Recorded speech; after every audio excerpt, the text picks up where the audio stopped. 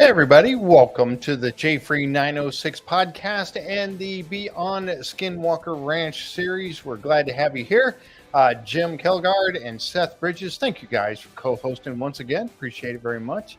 Let me get this paused here. You know, I gotta work this out so that I gotta start sooner putting the music up because we never get to the really good parts of there's much more of the song, the intro song there that I never get to that part. So I'm gonna have to start that a little bit earlier, but oh my gosh. Well, as you can see, I'm in a different location again. I'm back in Pennsylvania at the moment. So yeah, and does it look like looks like I'm sitting out on the porch? Yeah, looks like you're outside. A wonderful afternoon in the great outdoors. A wonderful afternoon. It's quite hot out, honestly, and I see thunderstorm clouds. I'm actually on a closed-in porch here that's surrounded in windows all the way around. Oh, beautiful! I'm looking at some pretty dark clouds out there that are ominous looking. Anyway, so how you guys doing tonight? Doing great. Doing good. And I tell you, thank you so much, everybody that's logged in here to join us here tonight. We are going to be talking about Beyond Skinwalker Ranch, Season 1, Episode number 7, the Navajo Nation, which I thought this was a really, it was kind of a step into a different type of a show. I mean, generally they were going out to some sort of a ranch or a place. Mm-hmm. I mean, they did go out to a place, but they were, instead of looking for UFOs, UAPs, and stuff like that, they were actually going back and looking at the origins, and at least that's the way I took it, the origins of the Skinwalker. Right. Like you said, the origin story, Paul said the heart of it. And like, as far as it pertains to the ranch, I thought it was really cool because they're going to, as far as like what they were asking, like, what can we record? What can we learn? Signatures that we can, as far as like data that we can learn, this is what a skinwalker is, and take that back to the ranch. And they're going to the very heart of it to get those things. This was one of those things where it's like anybody with any interest in the ranch or just that part of our country, I feel like would have been hooked right away. Like, ooh, finally, this is a rabbit hole that we've been needing to go down to get the background of the things we call skinwalkers. And I think a big reason we haven't gotten it yet is it's taken a while to get people. I mean, not everybody's as brave as John and his partner. Like he said, right? We're brave. We can talk about, we're not afraid to speak of these things. Right. I think it's taken a while to find, this is just my thoughts, but having the community members, getting that access. I think that was the word they said. Like, they are so excited about this access because it really is special. Oh yeah, for sure. Yep. Carl the Crusher. Carl's out there. Hey, Carl, how you doing? Glad to see you. Good to see you, Carl. I'm looking forward to meeting up with you when I get out to your neck of the woods right after Phenomicon. I'll be coming your way, Mount Wilson Ranch. I hope you're out there, but we'll see. But I agree with you 100%, Seth. The whole idea behind digging into the origins of this, I think, because a lot of people, they hear about Skinwalker Ranch and they're like, right. Skinwalker. They go off into some other area thinking about what a Skinwalker is or what that's all about, and rather than, the legends of it. And I'm glad they took the opportunity here to kind of dig into that a little bit. Folks, if you have not been here before, please subscribe to the channel. We appreciate that very much. And if you click on that notification bell, you'll be notified right away when we come out with new content. And I will have some new content coming out, some Oak Island stuff coming up here pretty quick. A little bit about my trip when I was up in Nova Scotia. We'll be having something. I think that I'm held down to a Sunday. I got to get something out by Sunday.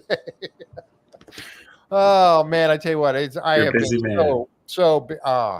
been so busy lately. I really have. It's been one of those things. You think, oh man, if I just get this done, then I'm going to have so much time on my hands, and then that time just doesn't manifest for whatever reason. But anyway, appreciate all of you being here tonight. And again, we're going to be talking a little bit toward the end of the show. The Ranch Revelations, which is where the guys from Skinwalker Ranch, the cast, meets up with everybody as an insider.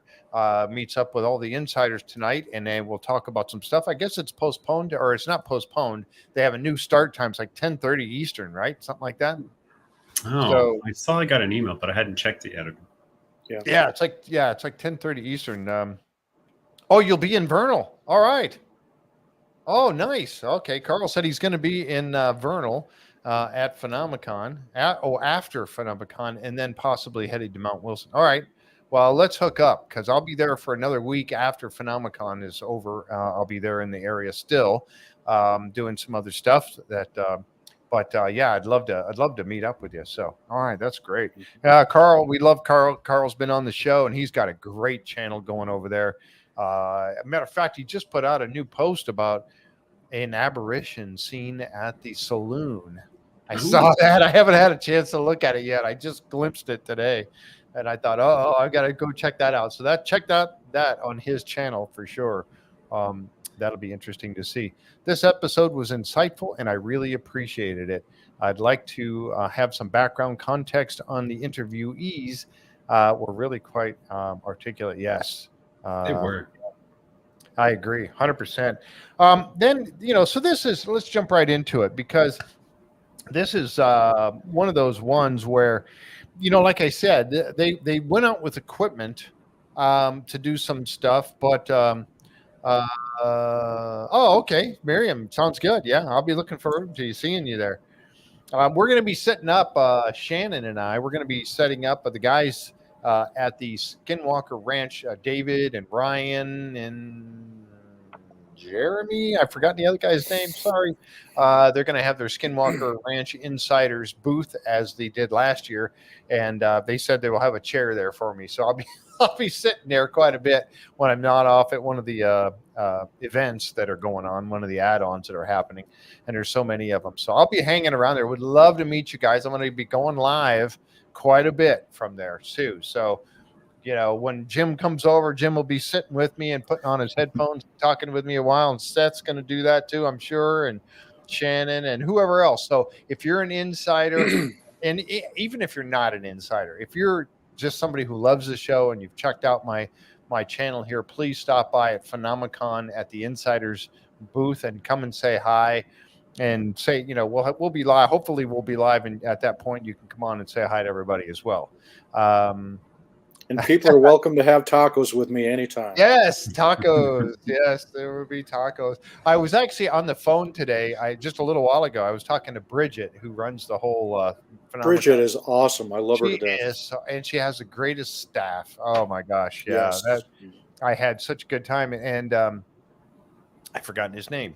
Again, and we just talked about him earlier. He's going to be there again this year. I just lost it again. It was there for a moment. Anyway, but they do such an excellent job running this Phenomicon. It is they really do. It's amazing. They do a great job with it. We really appreciate that a lot. So, all right. But this particular episode with Andy and Paul, they travel out to the Navajo Nation. And, I didn't realize until I brought it up on the map that the Navajo Nation actually touches into 3 different states. Right. Let me get this shared here real quick. I really did not fully understand that before. Let's see. There we go. And here it is here. So basically, you got Utah, Arizona, and New Mexico. That it actually mostly in Arizona, but a little bit in New Mexico and also in Utah.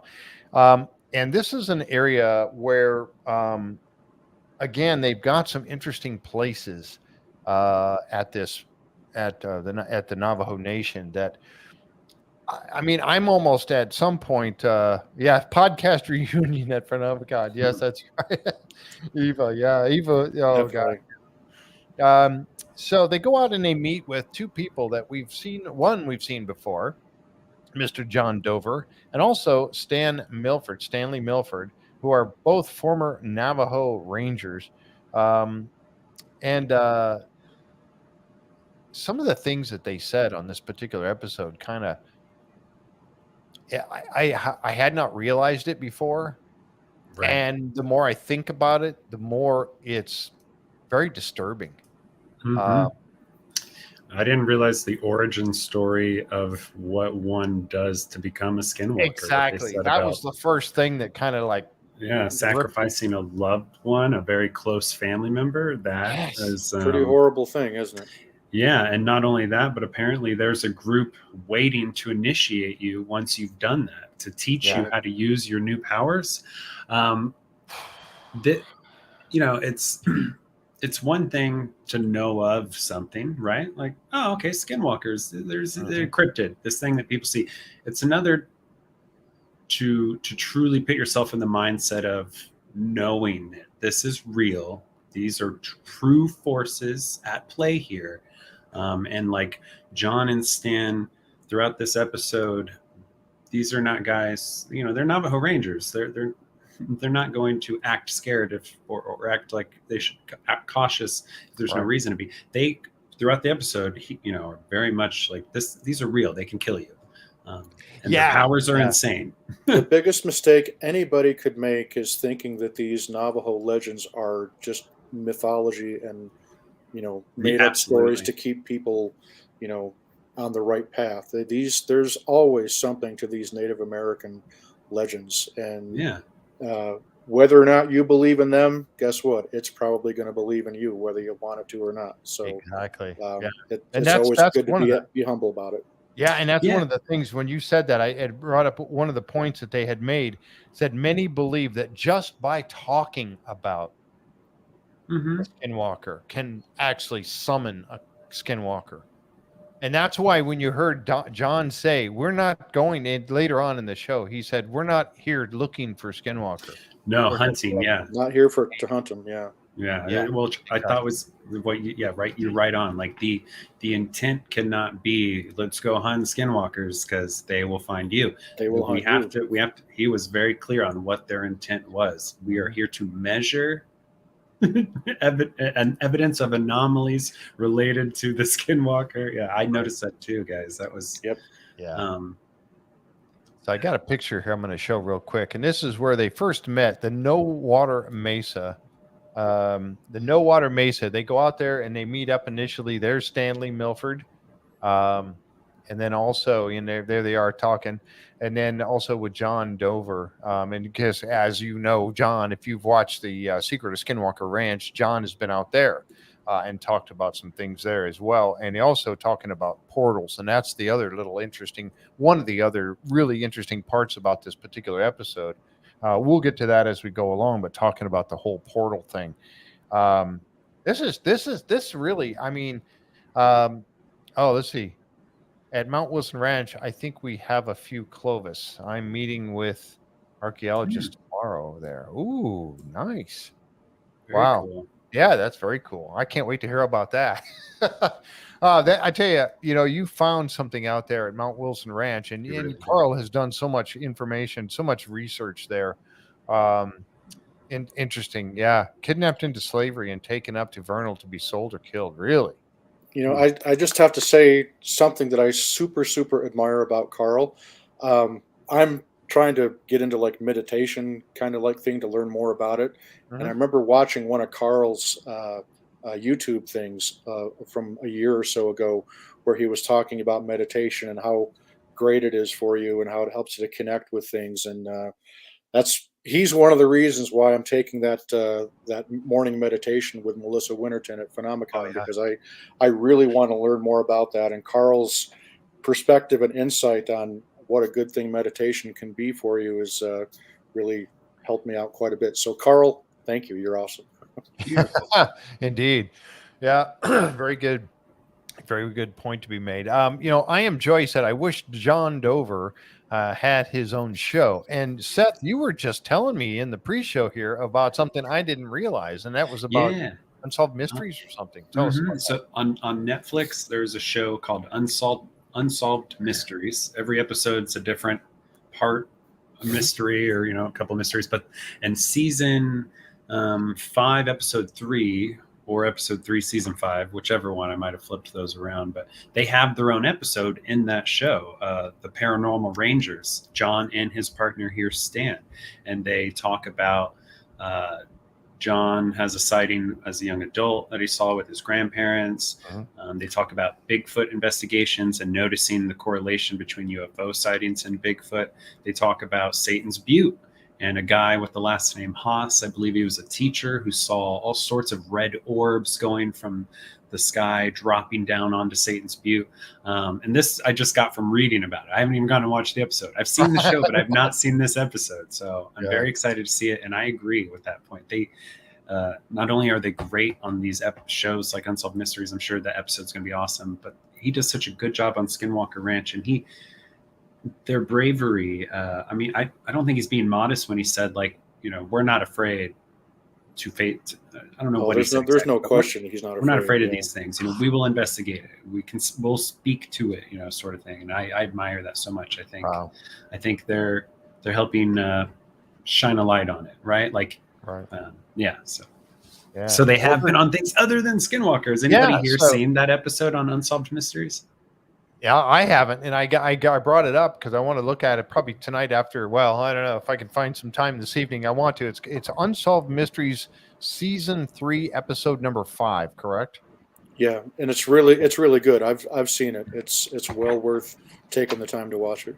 Yeah, and I agree. John Dover is great, and I'm with Miriam. I think asked the question, how great would it be to get John Dover on one of your shows, Jeff? I saw that, and I think, you know what, that's something I'm going to have to do. I've got to reach out to this man, maybe to have him and Stanley on together would be awesome. Oh, that would be awesome. Yeah, because really as cool. You folks know, when we watch these TV shows, we only get a very small portion of what their entire investigations and all of that information. We only get a very small taste of it, and boy, to have them on for an hour or two would be awesome. Absolutely.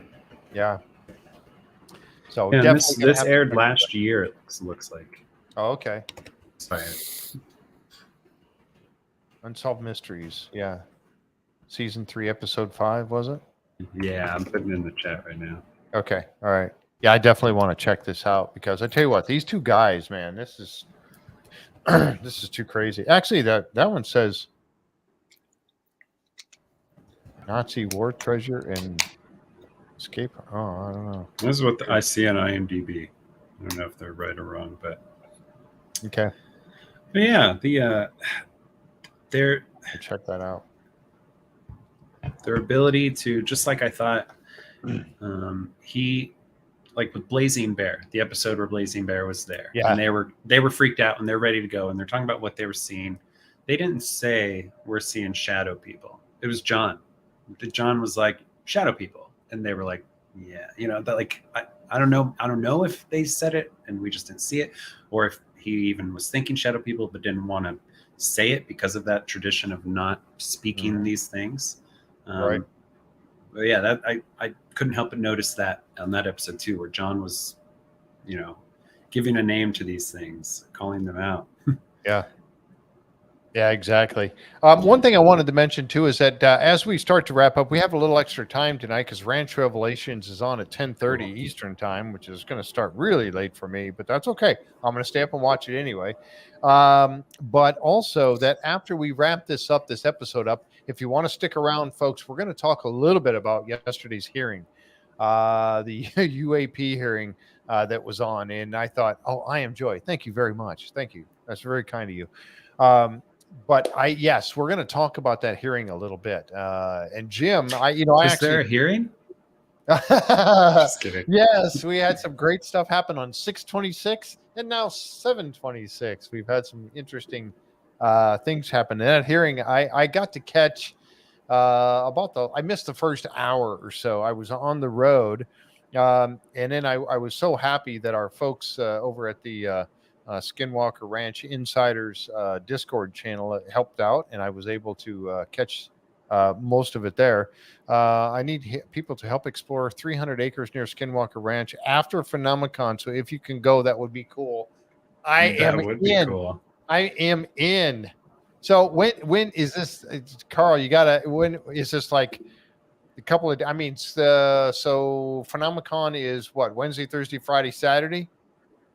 That's the 5th through the 8th or something like that. 9th. The 9th. 6th through the 9th. Okay, so then when is that? So is that right after that? Because I'll be out there for a Yeah, whole. Jeff's ready. I'm ready. I'm so ready. Yes, I'm in. Count me in, Carl. I will definitely get in on that for sure. I'll have all my equipment with me, whatever you need. Oh, and I'm Tri-field ordering. meter. The tri-field meter is I'm going to order it tomorrow morning. I'm ordering it for sure. It's coming, so I'm going to get the tri-field meter and I'll have it with me out there. That'll be awesome.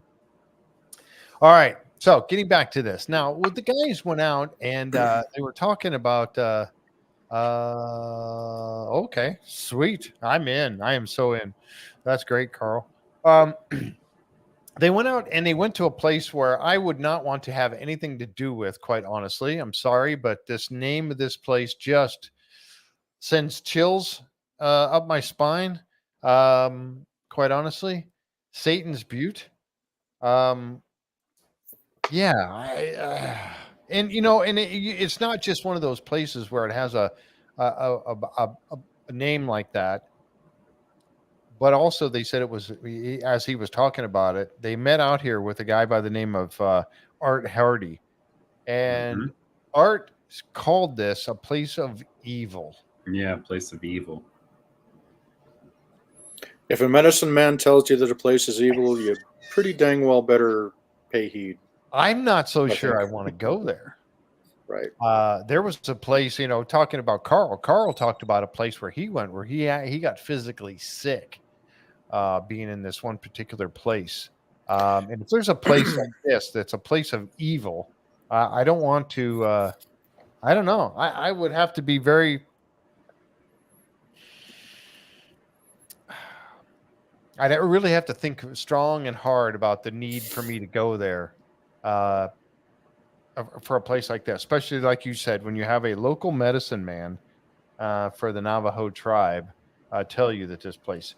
But Art had an encounter with one of his at his home, with the skinwalker at his home. He said he actually caught one, and it's just next to Satan's Butte. He said it had a horse head and a human body. Yeah.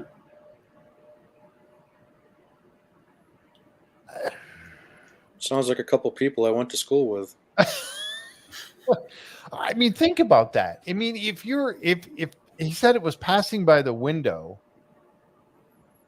and you're out, look at this picture. Look where you're at. You're out in the middle of absolutely nowhere. Right. Your nearest neighbor is Lord knows how far away, and you've got something that's looking in your windows, and then you actually look out and you see it. And it's a figure that's a humanoid figure with a horse head. And he kind of startled it, he said. And then it took off. And when it left, it was making the sound of horse, like a horse, running away. Yeah. I mean, would that not freak you out? That's... Just a wee bit, Yeah, that's like mind-breaking experience right there. It is. I fully believe it. But it's almost still hard for me to imagine how that must feel. Yeah, I can't hardly wrap my brain around that, to be out where he was in the middle of nowhere. And like I said, you don't know how far away the nearest neighbor is. Yeah. And then you have an encounter with something like that. And I'm sure, I don't know if it's more or less scary that he probably knew exactly what it was he was looking at too. I see, because he was a young man, he was in his teens when he saw this. I would have been like, I don't know what I'm looking at. How do I process this? I don't know if that would have been more mind shattering, or if him seeing it and knowing and going, oh goodness, this is not good. I'm seeing a skinwalker. And then the running away, the speed of a horse. Yeah, exactly. Yeah, he said this was a trail they traveled near the butte. Yeah, and like that trail, or I don't know if we talked about it, but how John said it's on the same, what is it, longitude or latitude?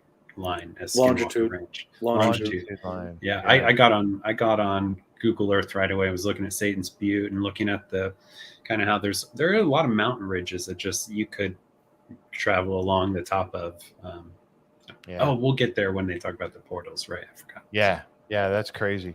So what he did was right away, Andy goes ahead and he pulls out his radiation detector and he's starting to look on there a little bit to see what comes out. And he was talking about normal would be around a 200, 100 or 200 on the meter here, but he was actually picking up. You see the meter hit about 2,000 there on that picture, and then in another picture, it actually hits 4 to 5K. And that's when he got right up by the house and he was scanning with the pancake. That's a pancake handheld scanner. And he was holding it right up there to the rocks that made up this house. And that's when it was getting up around 4 and 5K in the radiation spectrum there. I don't know which particular form of radiation, if he was, what he was looking at there, which one, because there's many, alpha, gamma, and beta and all those, but I'm not sure exactly which one he was looking at, but any of them can't be good if they're hitting that high. So he said that's when Art said these stones that this house is built with came from Satan's Butte. Dun dun dun dun dun dun.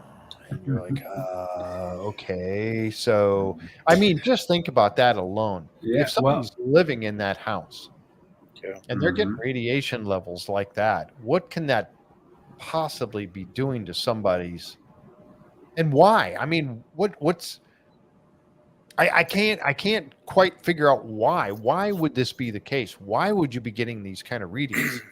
Playing the devil's advocate here, my understanding, and I could be way off base here, but there's a lot of naturally occurring uranium in that area.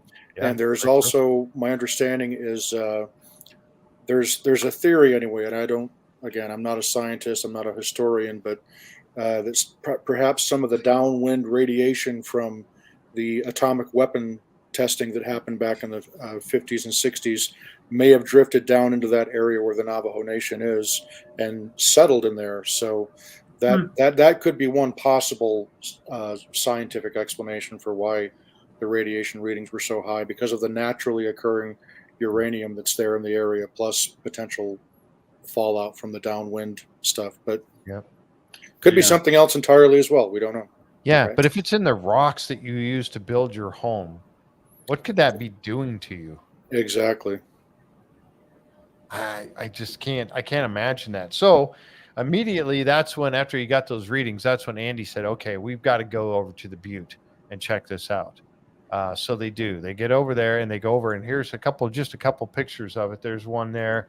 There's another one here looking down. I mean, it looks like an average, type of place you would see out in that area of Arizona, New Mexico, southern Utah.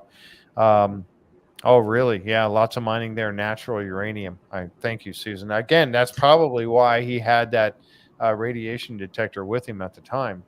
It looked like it was a Ludlam unit there that he had. So, and then you talked about this right here. This is when they met up with John and Stanley and Paul were together, and they were going out and talking and doing some stuff.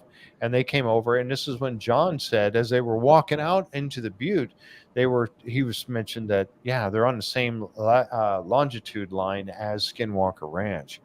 And what did he say? It might be a coincidence if you believe in that. Coincidence.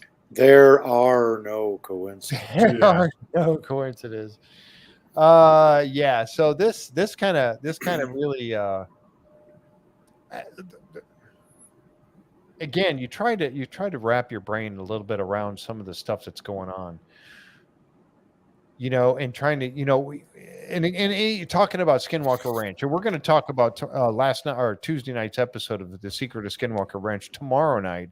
We're going to be going through that and dissecting that a little bit too, or quite a bit.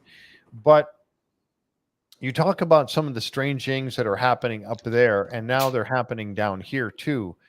Could it be this entire area, or is it going to be pinpoints of spots around this area? But being on the same longitudinal line, does that mean anything? It's a coincidence, but there are no coincidences, in my opinion. So I hey, that's just crazy. I don't know. As they were going out, Stanley, and I noticed this before they mentioned it, but Stanley's looking around. And the camera showed him doing this twice as they're walking along. And he's like looking back and he's looking over his shoulder. And I grabbed this picture here because of that reason. And so they get over and they're standing in this one spot. They're kind of having a little talk right here. And they're talking about some readings that they're getting on the he's got the portable spectrum analyzer that Andy has there. I'm not sure what that, it looks like Paul's holding a tri-field meter. But he says, do you hear the voices? And Art and Stanley are hearing some voices. The other guys were talking and didn't hear the voices, but they, immediately and at the same moment they're getting 1.5 gigahertz signals again coming in again, picking up these weird. You get 1.6, 1.7s, and then of course 1.5. They're getting these all of a sudden. So and they're like, these voices are coming. They can hear voices, but yet they're pretty convinced that they're not that they're alone out there. Did y'all with them? Yeah, did y'all find it interesting how right away the three Navajo men are hearing the voices and looking at each other and confirming with each other, like, yeah, you hear it too, don't you? And Paul and Andy are oblivious isn't the right word because they are very aware people, but they're so focused on their instruments, and we got to get it on the instrument that they don't. And how much of it could also just be that the three Navajo gentlemen are just more in tune to being susceptible to that kind of thing. They're just more familiar with it than Andy and Paul might be. Yeah, I feel like we get a good example of that when Andy and the medicine man are encountering what they think is skinwalkers around, and Andy's having a hard time processing. Yeah. I saved that little part too. But yeah, you're right. And I kind of brought this up. I'm glad you mentioned that too, Seth, because I talk about this a little bit when I was talking about doing paranormal investigations, that I think that the more you do these, the more you we've discussed this before, the more you open yourself up for such things. We even talked about the hitchhiker effect. Is it truly a hitchhiker effect, or are you now more open to these types of things happening and now you're seeing him back home?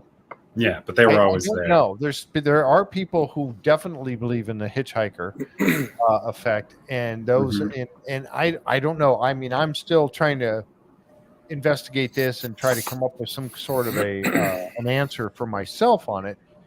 But I do believe, and I've seen this in myself, also in other people, that the more you do these types of investigations, the more you are in tune with what's happening, I think, personally. And I completely agree. Because I've gone through the same thing myself.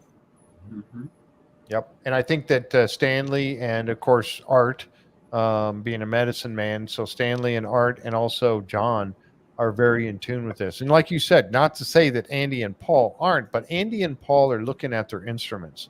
They're more in tune with what's going on with their instruments, and they're not hearing the voices. Of course, they were talking and stuff too, but they didn't hear the voices. And so, and that happens later on too, when they start doing their investigations. One of the things that John had said that really, again, John, I mean, he was coming up with these different things that he was mentioning here on the show that just made me sit back and think, wow, this is incredible information. When he was talking about how they could run as fast as a car going down the road, and they would run alongside of you as you're driving. And grab parts of the emblem so they can use it for a curse. Right. And reminded me of what he said previously about how they can take nails and hair, so some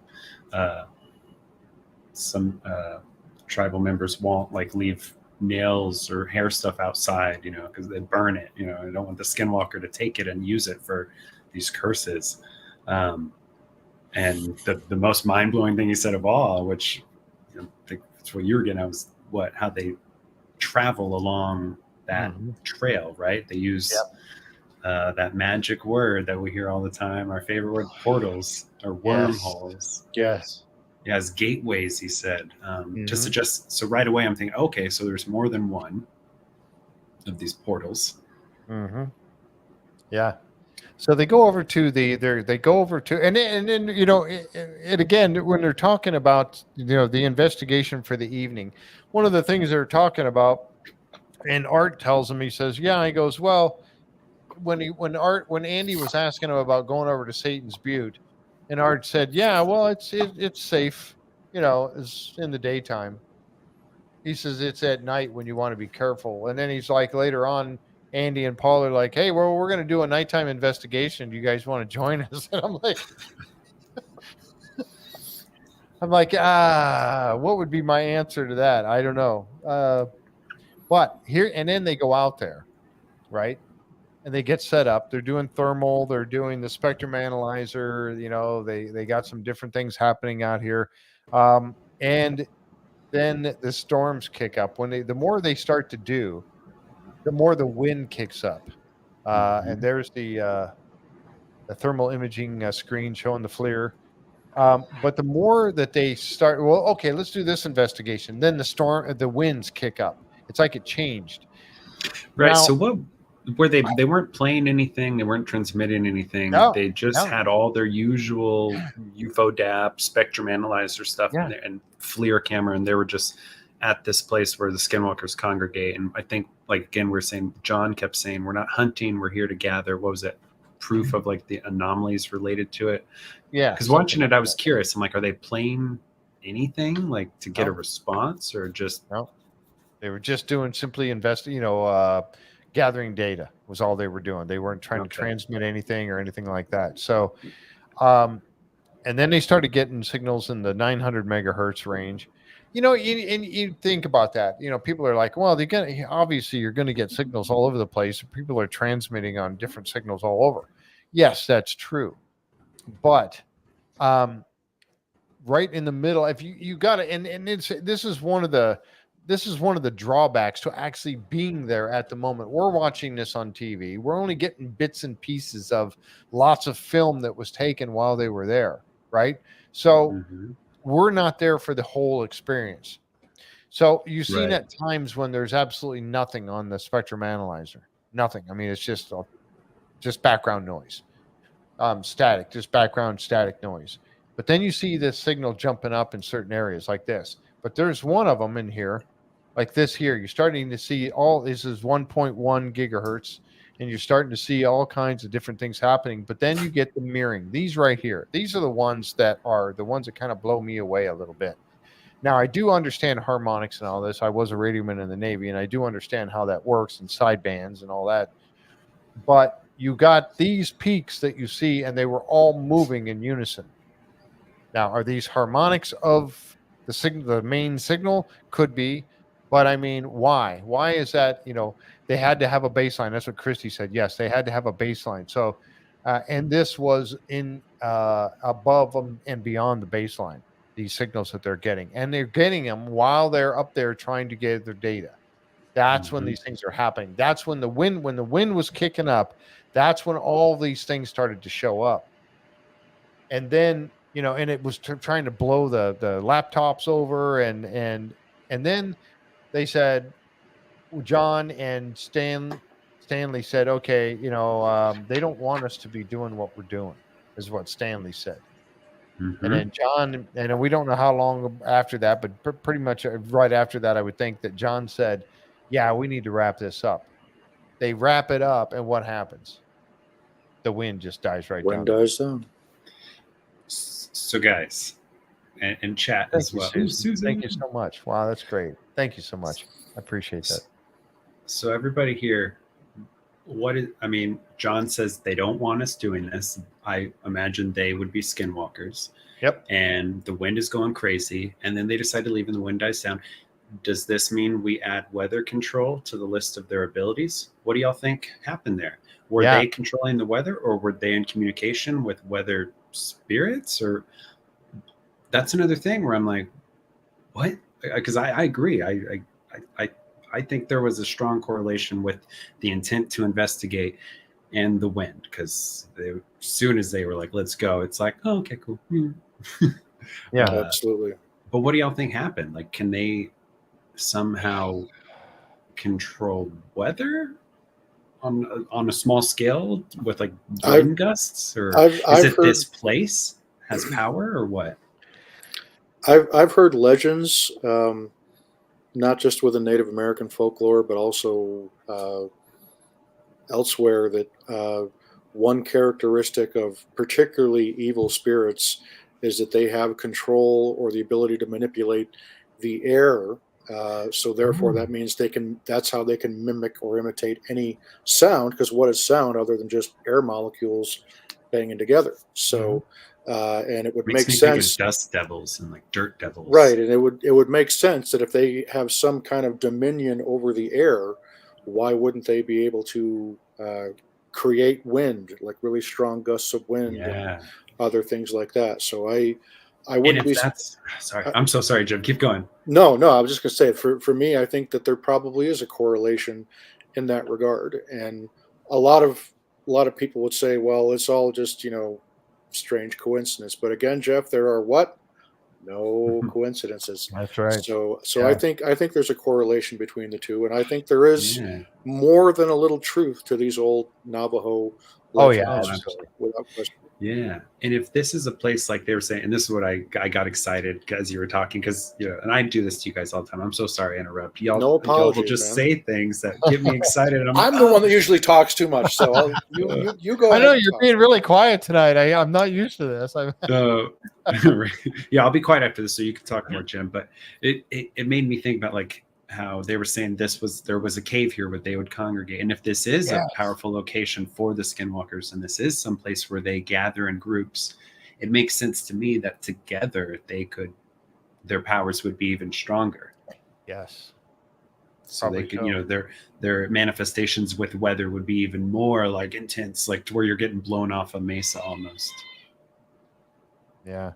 This is this really, I mean, this whole thing, the deeper we get into this, and as you said, Seth, you were talking about and you too, Jim, talking about the legends of the indigenous peoples that I hold very high regard for. These legends, I'm one that you don't disregard this. You can come up and you can disregard things that are said from people. Sometimes, I don't know. I hate to even go down that road, but when it comes to these guys, Stanley and John, and talking about the legends of the Navajo people, I tell you what, I hold that in very high regard. Me too. I'm not one that's going to sit here and poo-poo on that at all, because these guys, I mean, you just look at them. I mean, and the fact that they're former Navajo Rangers, they're not people, they're people to be taken seriously. So when they talk about, and this is why, and somebody else just said it a few minutes ago about having them on. A good question for John. Yes, I would love to have them on the show, because, and I am afraid that would be a show that's going to really maybe keep you from sleeping at night. I don't sleep as it is, so bring it on. Bring it on.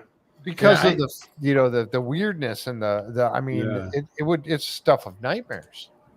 Yeah, I would say to the comment, was it Kate? Kat? I always forget how to pronounce it. Kate. But her saying like, there many beings, gods, goddesses, ancient peoples have this ability. So she apologized for being cranky about all of this being evil. Don't apologize. It's a good point to make that when we talk about this phenomena, from ghosts to UFOs to Bigfoot to things that control the weather, that just because somebody has a scary experience doesn't mean that there aren't positive experiences, and vice versa, right? So Right. I'm glad people like Kate or like me, where I'm always I tend towards the positive as well. So I just wanted to address that as well, because I feel like she hit on a good thing too there, because like it's, if we accept that skinwalkers can control the weather, well then what else can? Exactly. And if skinwalkers exist and Bigfoot exists, what other nature creatures, cryptids, spirits? I don't know. It's just such a fun world we live in. Yeah, it truly is. And then when John talks about portals, about how they can utilize the portals. Now you go back to, we didn't see any petroglyphs or pictographs at the Satan's Butte or in this area down here that would talk about portals like we've seen at Skinwalker Ranch. But I said this last week when we were talking about the secret of Skinwalker Ranch, last week's episode, and talking about the fact that we know now that there is something there. There is definitely some kind of an anomaly there, albeit a portal or a wormhole or a place of high strangeness where things can come and go, like that UAP that we saw manifest into the mesa and then out of the mesa. Yeah. Is this just a highway of strangeness? So you're going to get everything from skinwalkers to UAPs to Bigfoots. Because for me, guys, it was mind blowing when I'm watching your show, Jeff, and you're talking about all the petroglyphs at McConkey Ranch, or one of those ranches. And then I go look, and there's Bigfoot carvings. And I'm thinking, wait, what is Bigfoot doing in Vernal? And well, why wouldn't he be there? Or they be there? And I agree with Renee's point. Yeah, the fishing is really good in Vernal. Come on, who wouldn't want to go to Vernal? Bigfoot loves fish, so right. Yeah. Well, think about it too. About you look around. It's the same thing with Bigfoot in this regard. That you take the idea of Bigfoot, and it is all around the world. Mm-hmm. All these different countries, Yetis, and they all have, many of them have a different name for the creature, but all these different cultures around the globe have Bigfoot stories to talk about. And again, like I said, they call it something different. Many also of these indigenous peoples around the globe have some sort of story about shapeshifters. Pukwudgies. Absolutely. Yes, exactly. So like we saw last week. Now you take that idea and you take the portals idea, which I think if there's one, there's many around the globe. I mean, the portal's got to go somewhere, right? Right. And if these guys can utilize them, and I say guys in the term of skinwalkers, if they can actually use these to move around, hence the idea that they would be all around the world and be witnessed by peoples all around the world. And they would have their own stories about these types of shapeshifters all around the world, right? So, I mean, you take that piece and you go, well, how could all these people have the same basic story of a shapeshifter? There's a way. There's a possible way. I think it exists and they can move around, right? Exactly. I think it plays into a point that Seth has made repeatedly, and that is the ancient civilizations had a better understanding of the world and the universe than I think we give them credit for. And this ability to use portals, for want of a better word, I think is in fact one of those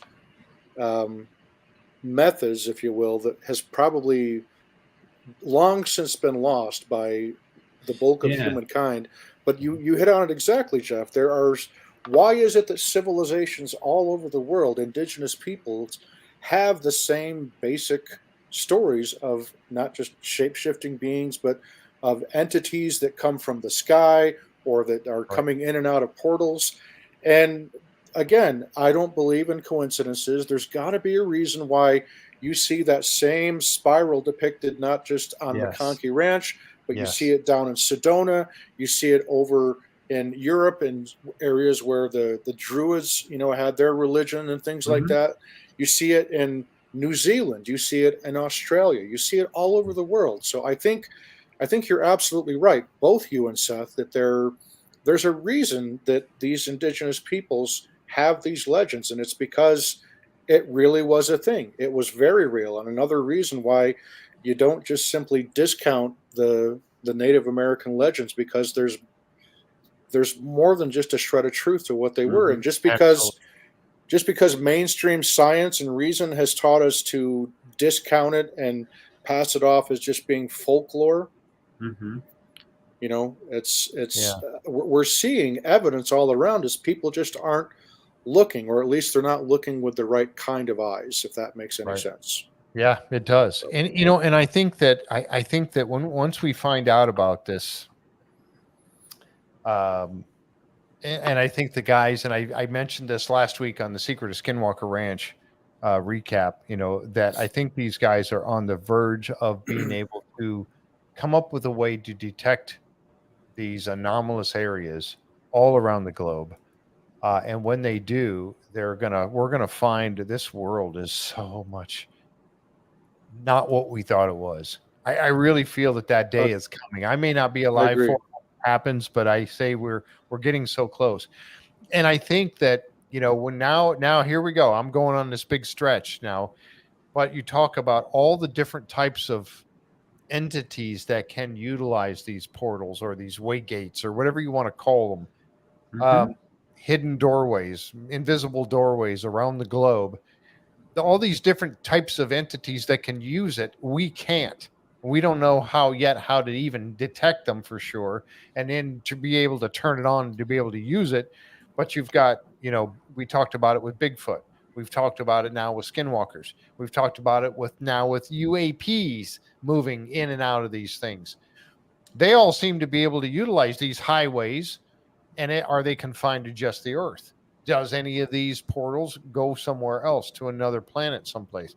I don't know. I know that's getting into a stretchy area, but again, No, I'm right there with you, Jeff. I wonder that same Mhm. thing, and it also, my personal belief is, I think that there are parallel dimensions to our own. there you Um, go. Thank you. there's in Christianity, regardless of what denomination of Christianity you belong to, you believe most likely in a concept of heaven or hell. Mhm. And what are heaven and hell, or the spirit realm, than just simply other dimensions?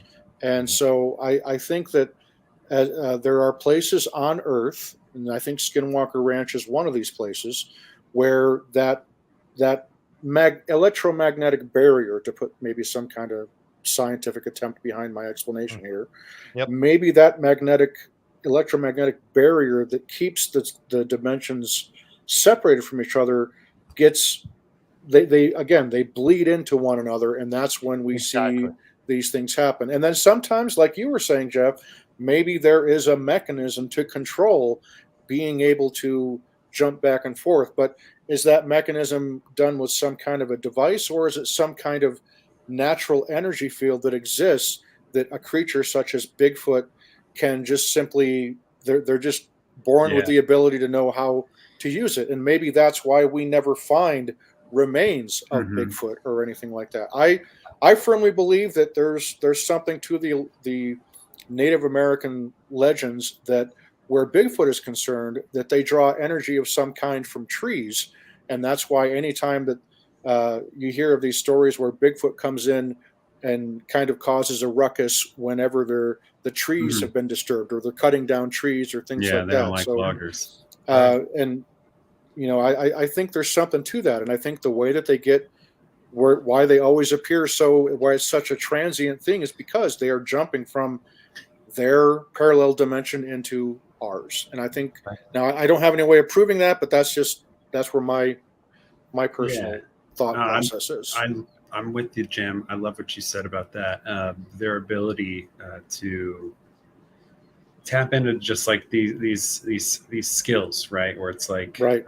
they're and I think Jeff had said like these things that humans can't seem to do, and I wonder now technologically, no, we can't do it. We're not there yet. I mean, we're closely getting to where we can become aware of it. Could we drive a craft into it? I mean, I don't know, but I wonder, I think, and Jim kind of touched on this, is this like a a nuts and bolts thing, or is this some ability? Is this to me, I connect it to like consciousness, right? Where I'm like, is this Precisely. Are these drones powered by consciousness, and that's why they can move so quickly?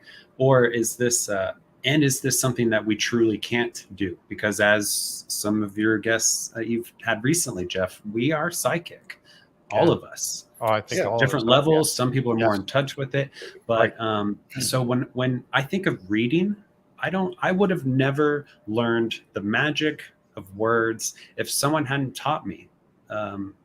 So what skill, perhaps traveling the cosmos with our consciousness, what skills lie unlocked in these brains that we just haven't been taught or discovered or learned how to teach others? So I think the answer is a big part of the answer moving forward is going to be embracing what it is that makes, and I don't mean to sound like egotistical, but what it is that makes mankind so interesting to all these gods and aliens and cryptids and what have you. There's something about us that we have not realized.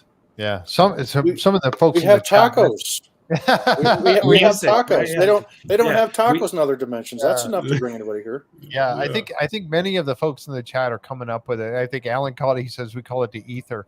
And then Brian said, "Is this a lost art?" Yes, I believe it is. Yeah, I think it is. I think it is a Glade lost art. said astral projection. I think all those things are part of it, and I think that. I think we're getting closer and closer. I don't think it's a mechanical thing that would turn this on and off. I think it is within ourselves. I think frequency plays into it. I think, and as you said, Seth, I think consciousness, because consciousness, I think, is indelibly connected to frequency. Again, that's something I can't prove. It's just a feeling that I have. But we hear all these wonderful stories about remote viewing, and as Glade's creature mentioned a moment ago, astral projection. You know, I myself have had multiple out-of-body experiences, and I can't explain how or why they happened, but they did happen to me.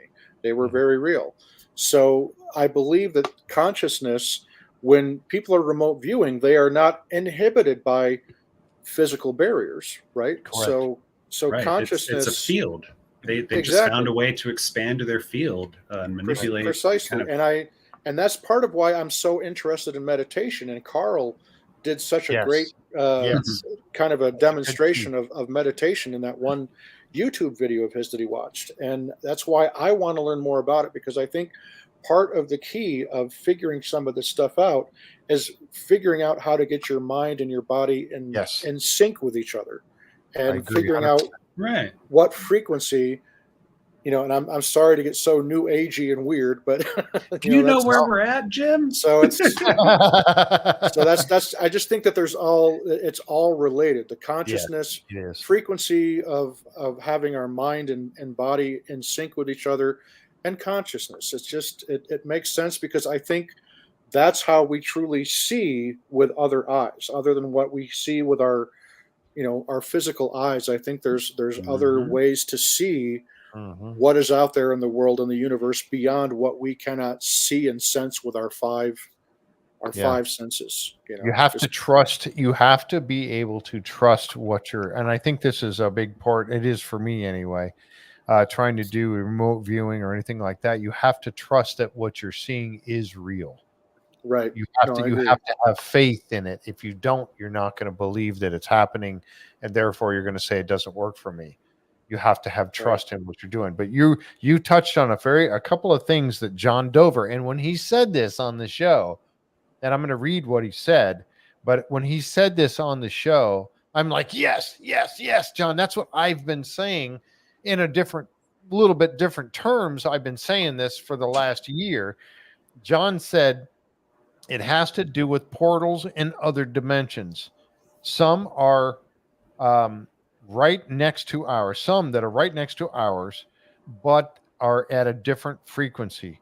Bleed over sometimes, some places, not a solid wall, but more like clouds intermingling with each other. Yeah. And this is one of those places. And that's I mean, he used different words, but that's exactly what I've been talking about having these places where these two dimensions are intermingling in an area. See, your son agrees with me too. Where they're intermingling in this area, and we're seeing a crossover in this Yeah. place. Is Right. that place change? Is it always that same place? I don't know, but there you go. I mean, that's it. He said that, and I was like so happy that he said it, because I'm like, yes, that's exactly what I was talking about. Yeah. Yeah, and I think somebody said, and I think it was let's see if I can scroll back. He was talking about how we lose it over the years. Yes, Glade's creature said that when, as a young child, it was there. Then, as time goes on, we lose it. Yes, I think that's exactly right. I think we get more and more dumbed down with modern technology, and we've lost the ability to be in tune with nature, as it were. And I think that's all part of nature that we have lost. I agree. Almost the overwhelming majority of the out of body experiences that I experienced were when I was a child, a very young child, like under the age of 7 or 8 years old. I mean, I definitely agree with that. Definitely agree with that. Yep. So I loved when John said that, because I agree with that 100%.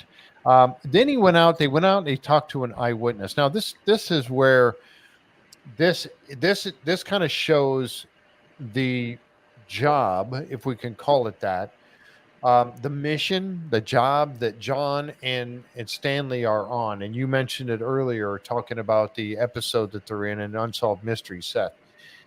They go out and they're on an investigation. They have to go out and do an investigation and meet with this person who is having an experience. And they go out to this abandoned homestead. They speak with this person first.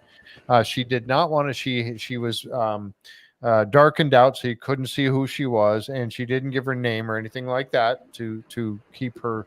Again, it's one of those things that most people, you don't want to talk about it in their society. It was an eyewitness said they had a bad experience. Navajo culture is you are tied to where you are born. Right.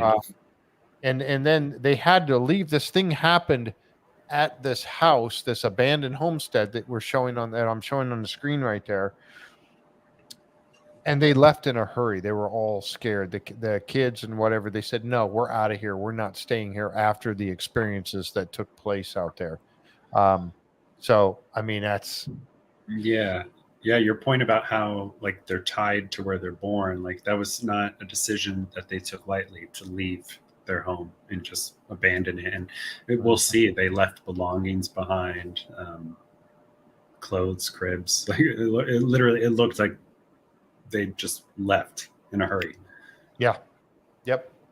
And I don't know. And this, I mean, the guys are really good. The camera guys are very good at taking these weird pictures. I was telling Jim before we started that this show for me was like the cinematography, the soundtrack to it. It was perfect. I was in it. I was like, oh, this episode's so good. So they go out to this abandoned homestead that this person was at, and again, you could tell that this person was very disturbed by what had happened, and they abandoned this place. They go out there and they set up, and you could tell, like we just talked about, you could tell that they had left in a hurry. And they set up their cameras. They set up thermal imaging, and the gambit of the materials that they have. And they and it was kind of weird, because one of the cameras, the one down here in the lower right, and I don't see any numbers on it. I'm sure it had a number. But it said, and this is when they're doing their investigation. You see the date on here, January 17th, 2023. So no wonder it was so doggone cold, right? But this particular one down here in the lower right, the camera actually fell off the wall. And as it did, it was not just simply going out or whatever, but it was actually flipping through different camera views. It reminded me of Caleb's phone. Yeah. Like, kind of just the weird, like, what are we seeing here? Like, it wasn't like it was flipping between other images of the homestead. It was like straight up just weird bars, right? Like, yeah. I had to, they were talking about the differences in temperature a little bit, and I had to differ with them a little bit on this part of it because they were showing the different, and the difference in temperature is not that much. 33.4, 31.1 is the blue areas, and then you got a few degrees higher, 5 or so degrees higher is your Mm-hmm. yellows and greens and reds. Are just a little bit higher. It's not that much of a difference in temperature, quite honestly. And things do hold temperature differently. Items do, rocks and whatnot, and metal versus Metal. wood and all that. So when they Precisely. were making a big deal out of that, I'm thinking I've worked with thermal imagery quite a bit, and you are going to get those differences based upon the material that's holding the heat or the cold or whatever. So I didn't find that as being anomalous. I don't know. I was on the same frame of mind as you. Yeah. Completely. Yeah, no, you're right. You know what? It reminds me just now, and I do this all the time. Sorry, guys, if you don't like Expedition Bigfoot, but there was a scene on Expedition Bigfoot where they see like on the tree, it's like super hot, red hot, and it's like obvious that something was leaning against that tree, and they were just there a few seconds ago. Like that sort of thing. Like I was thinking, like right here, like if they zoom in and show me like a handprint that's hot on the wall, that's when I'll be like, oh, Exactly. Yeah. Exactly. Right. yeah. And But yeah, not, I was wondering too, like, do I just not know enough to be impressed, or or not? Yeah, because I wasn't as like you said, that didn't excite me right away. Yeah, Like, didn't I just kind of thought, move me. okay. Yeah, didn't me either. And Yeah, and like I said, you're only talking a few degrees difference in temperature. Yeah, there's plenty of red in that picture. Right. Right. And it's only 5 degrees difference, or maybe if you take the 31 to 38, you're talking 7, 7 degrees difference in temperature. It's not that great of a difference. So I didn't take it as meaning or have a lot of meaning behind it. The camera falling off the wall and then flipping through different things, that kind of was cool. I really jumped on that a little bit because why should it do that? It should show the wall or simply not work anymore, or now it's going to show the view of where it is. But flipping through the other, it was you could see it. They were showing how it was flipping through all these different things, and I thought, well, that's kind of odd for sure. Yeah. So rather than showing it,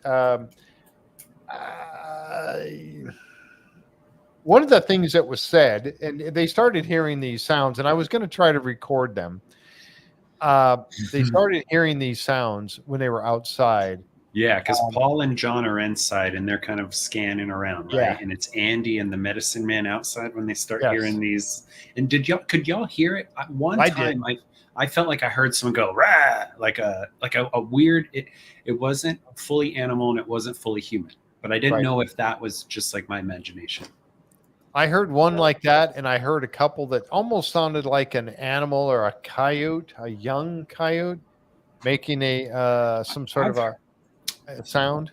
Yeah, I heard that like twice. I heard this. I've only heard a coyote by themselves once. I camp around a lot of coyote activity, and like usually you hear them just going crazy, right? Like rah, rah, rah, like it sounds creepy, like a whole mess of them. And there's only one time that I've heard just one coyote, and it was doing like more of a barking, like because I had my dog with me, and it got right up next to my tent. But yeah, I don't know if that was a coyote. It could have been, but something felt human, just a touch of human to it. Yeah, I know. That was pretty weird. And so, and you could hear, I did hear it a couple of times, and I wanted to go back and record, get a recording of the sound. Yeah, because Art was convinced I didn't get here. it. Yeah, he was.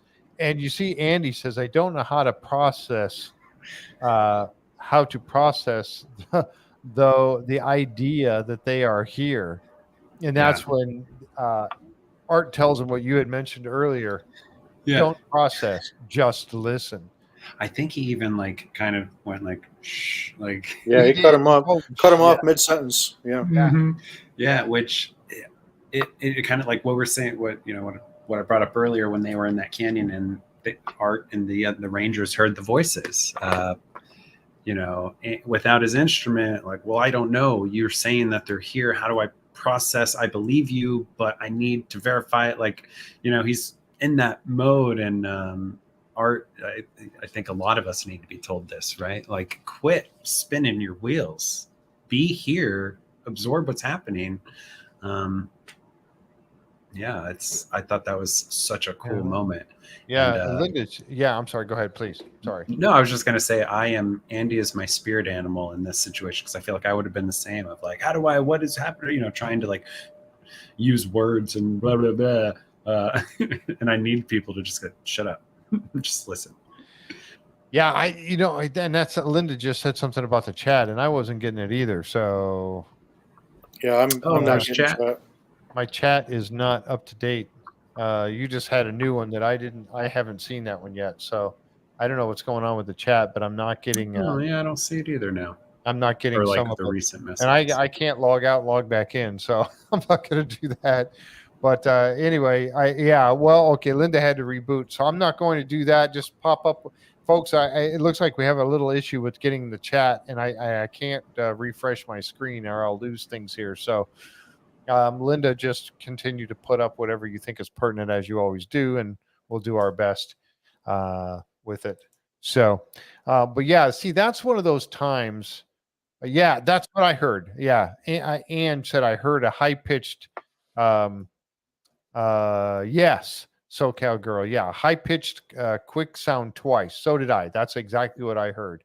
And SoCal, yeah, that's exactly what it was. It was kind of like a snippy, like a yelp almost, or whatever. And I heard it a couple of times, and it was almost like an animal, but yet not at the same time. I thought. So I wasn't really sure exactly what it was. There you go. There's a point made by Sharon over on Facebook side saying people need to listen more with their inner self. I agree. Yeah. And it's like, we're not taught how to do that, right? Like, we're constantly bombarded with distractions and noise and lights, and then it's hard. It is a really hard challenge, even when you have the desire, to, I want to meditate. You sit down. And this is my personal experience with it, right? Yeah. You got to imagine, something to focus on. That's like, a plain white sheet of paper or something. Right. Yeah. And you got to push everything else out. Yeah. For me, the big realization for me was like, quit trying to quiet it and just separate myself from it and observe it as just like traffic going by. Like, these thoughts aren't mine. I don't need to be attached to them and delve into them. I can just see them go by. Anyways, now we're going off, but yep. What got me started on that? What I thought was really interesting in the post analysis back at the command center about this particular episode. I mean, we got to look into the whole Skinwalker thing and the work that Stanley and John are doing. And you got a taste of exactly what they're doing and its effectiveness. When they spoke about, John came back with an update for them in the command center and talked and said this. He was on screen with an update of the lady witness. This was the one that they had abandoned their home. That they were able to get it back. Oops. They were able to get it back. And she said that all activity was gone since the investigation. The Navajo government gave her lease to the property again, a lease to the property again, which is a big deal when you consider that the government of the Navajo Nation takes it seriously. Mm-hmm. That meant a lot to me when that was said. Yeah, earlier in the show, John's partner, Stan, I think they were talking about how they had been directed by the chief ranger to, hey, you guys are going to investigate this, anything paranormal, and you're going to treat it the same way you would any other investigation. Yep. Yeah, it was. I was struck by that as well, and this also made me wonder how, him saying like, them shining a light on them being there and kind of pointing all these eyes and on it, but the Skinwalkers didn't like it. So right away made me think, okay, well, like, I know this has been asked by a lot of fans of Skinwalker Ranch. Why are we not seeing Skinwalkers? Why are we not seeing cryptids? maybe this is the exact reason. We have cameras, we have a TV show, we have insiders that are watching the ranch 24/7. You know, like I'm Precisely. sure they are aware of this, and they're Yeah. not itching to jump on screen for us. Yeah. Right? Y'all have that thought? Yeah. That's precisely what I think, Seth. I think that's exactly a very good possibility why we don't hear about these things like skinwalkers and cryptids appearing on Skinwalker Ranch right now because there's too many eyes on it. There's too many, both literally and figuratively. And I think that that probably, if Mhm. what John Dover says is true, that the skinwalkers don't like attention, makes perfect sense. Yeah. Yeah. That's very true. Good point. Yeah, very good point. Yeah, I still don't have all I'm getting is Facebook user stuff, so I'm not getting any of the chat from YouTube. I apologize, folks. I'm not sure exactly why that's happening, but for some reason I'm not getting any of the chat over here at the moment from anything other than the Facebook side. So keep putting them up there, and Linda will bring them up on the screen when they're, it's something that we want to look at. She's or popping in and out on her. Yeah, Oh, okay. All right. She said she's getting them on her phone. Maybe I should take a look at that also. So that's one of the interesting things about this. And I think that, when we take a look at the good, that's why they're doing what they're doing. Part of the reason I think that John and Stanley are doing this is because of the good that happens. They are going out and investigating these things and seeing if they can help their fellow uh, Navajo people to get through this or get past this or help them with this particular issue. And again, I think that means a lot to me because they take it very seriously. Then I think that's meaning for us that we should be taking this very seriously as well. It's absolutely. not just a story. It's not just something to scare the children with when they're little. Oh, the skinwalker's going to get you, or something like that if you don't go to bed, or whatever. It's taken seriously by that culture, by the people. So I think we need to take it seriously as well. That's where I think it really adds to what's going on over at Skinwalker Ranch. That's part of it because of the fact that it is being taken very seriously. It is something that should be taken seriously. Do you agree with that? Absolutely. I think Yeah, so. 100%. I this I like I remember first hearing about Skinwalker Ranch when I was into UFO. I've always been into UFOs, and hearing about Skinwalker Ranch and hearing the stories about shapeshifters and Bigelow and just stuff, everything shrouded in mystery, and I didn't know what to think. So I kind of stayed away from it because I thought, well, I don't know how to tell. I'm not equipped with the tools to tell fact from fiction, Yeah. so I'm just going to stay away from this topic. So I didn't come back around to Skinwalker Ranch until this era with the show, and I'm so Mhm. grateful because I yeah, I now I'm here. I am seriously accepting that, yeah, like this is real. Like Mhm. these cryptids, these shapeshifters, this uh, dark magic.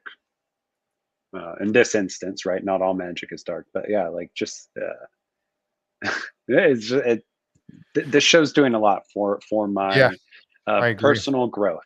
It's Mhm. connecting me to ideas and people that I wouldn't. I don't. It's accelerated everything for me, and I'm so appreciative to it. Yeah. Um, The topic yeah. fascinates me partly because I wanted to give my students visuals. That was Christy. Can Um, Mm, can I ask you a kind of an odd question, Seth? Does all this stuff give you hope? yeah.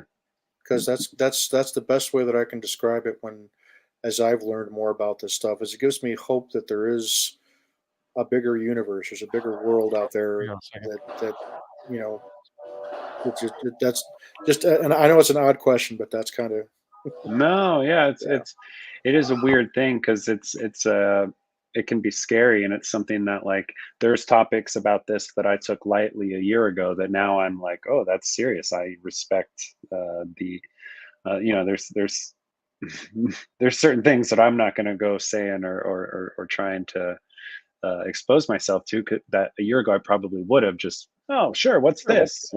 Not taking it seriously or heeded any warnings about, hey, like,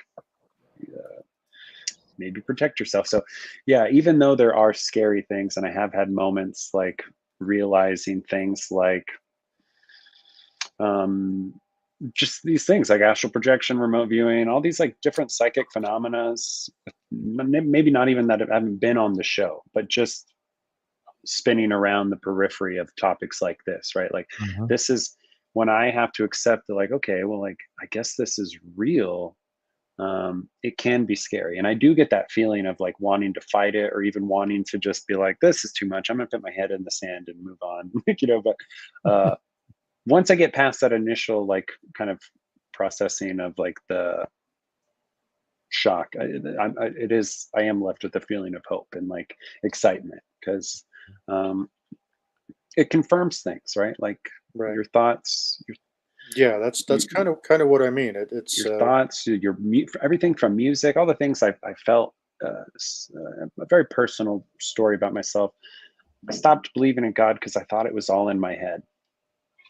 And then I realized it was all in my head. And that's beautiful, because that's what I was reading and being told, was that like go within, like that's where you can find an access. And, it's not in a building. It can be, we can go to these places, but yeah, it's once I came back around to believing in God, it's not like I changed my thought about, oh, it's all in my head. No, I just realized that my perception of it being in my head. And does that make sense, guys? Where I was like, oh, it's all in my head, it's made up. And then now I realized, yeah, dummy, it was those. That's how you access it. And what did it was I joined a band, and I started feeling these chills and these feelings that I used to feel during prayer. So that confused me, because I thought, anyways. No, Seth, trust me, I'm obviously a musician, and there is just a connection, that a spiritual connection or consciousness connection, whatever term you want to apply to it, that music does for us. That's why I think that music is the universal language. It really is, because it's designed to move you. And think about it. Music either moves you or it doesn't.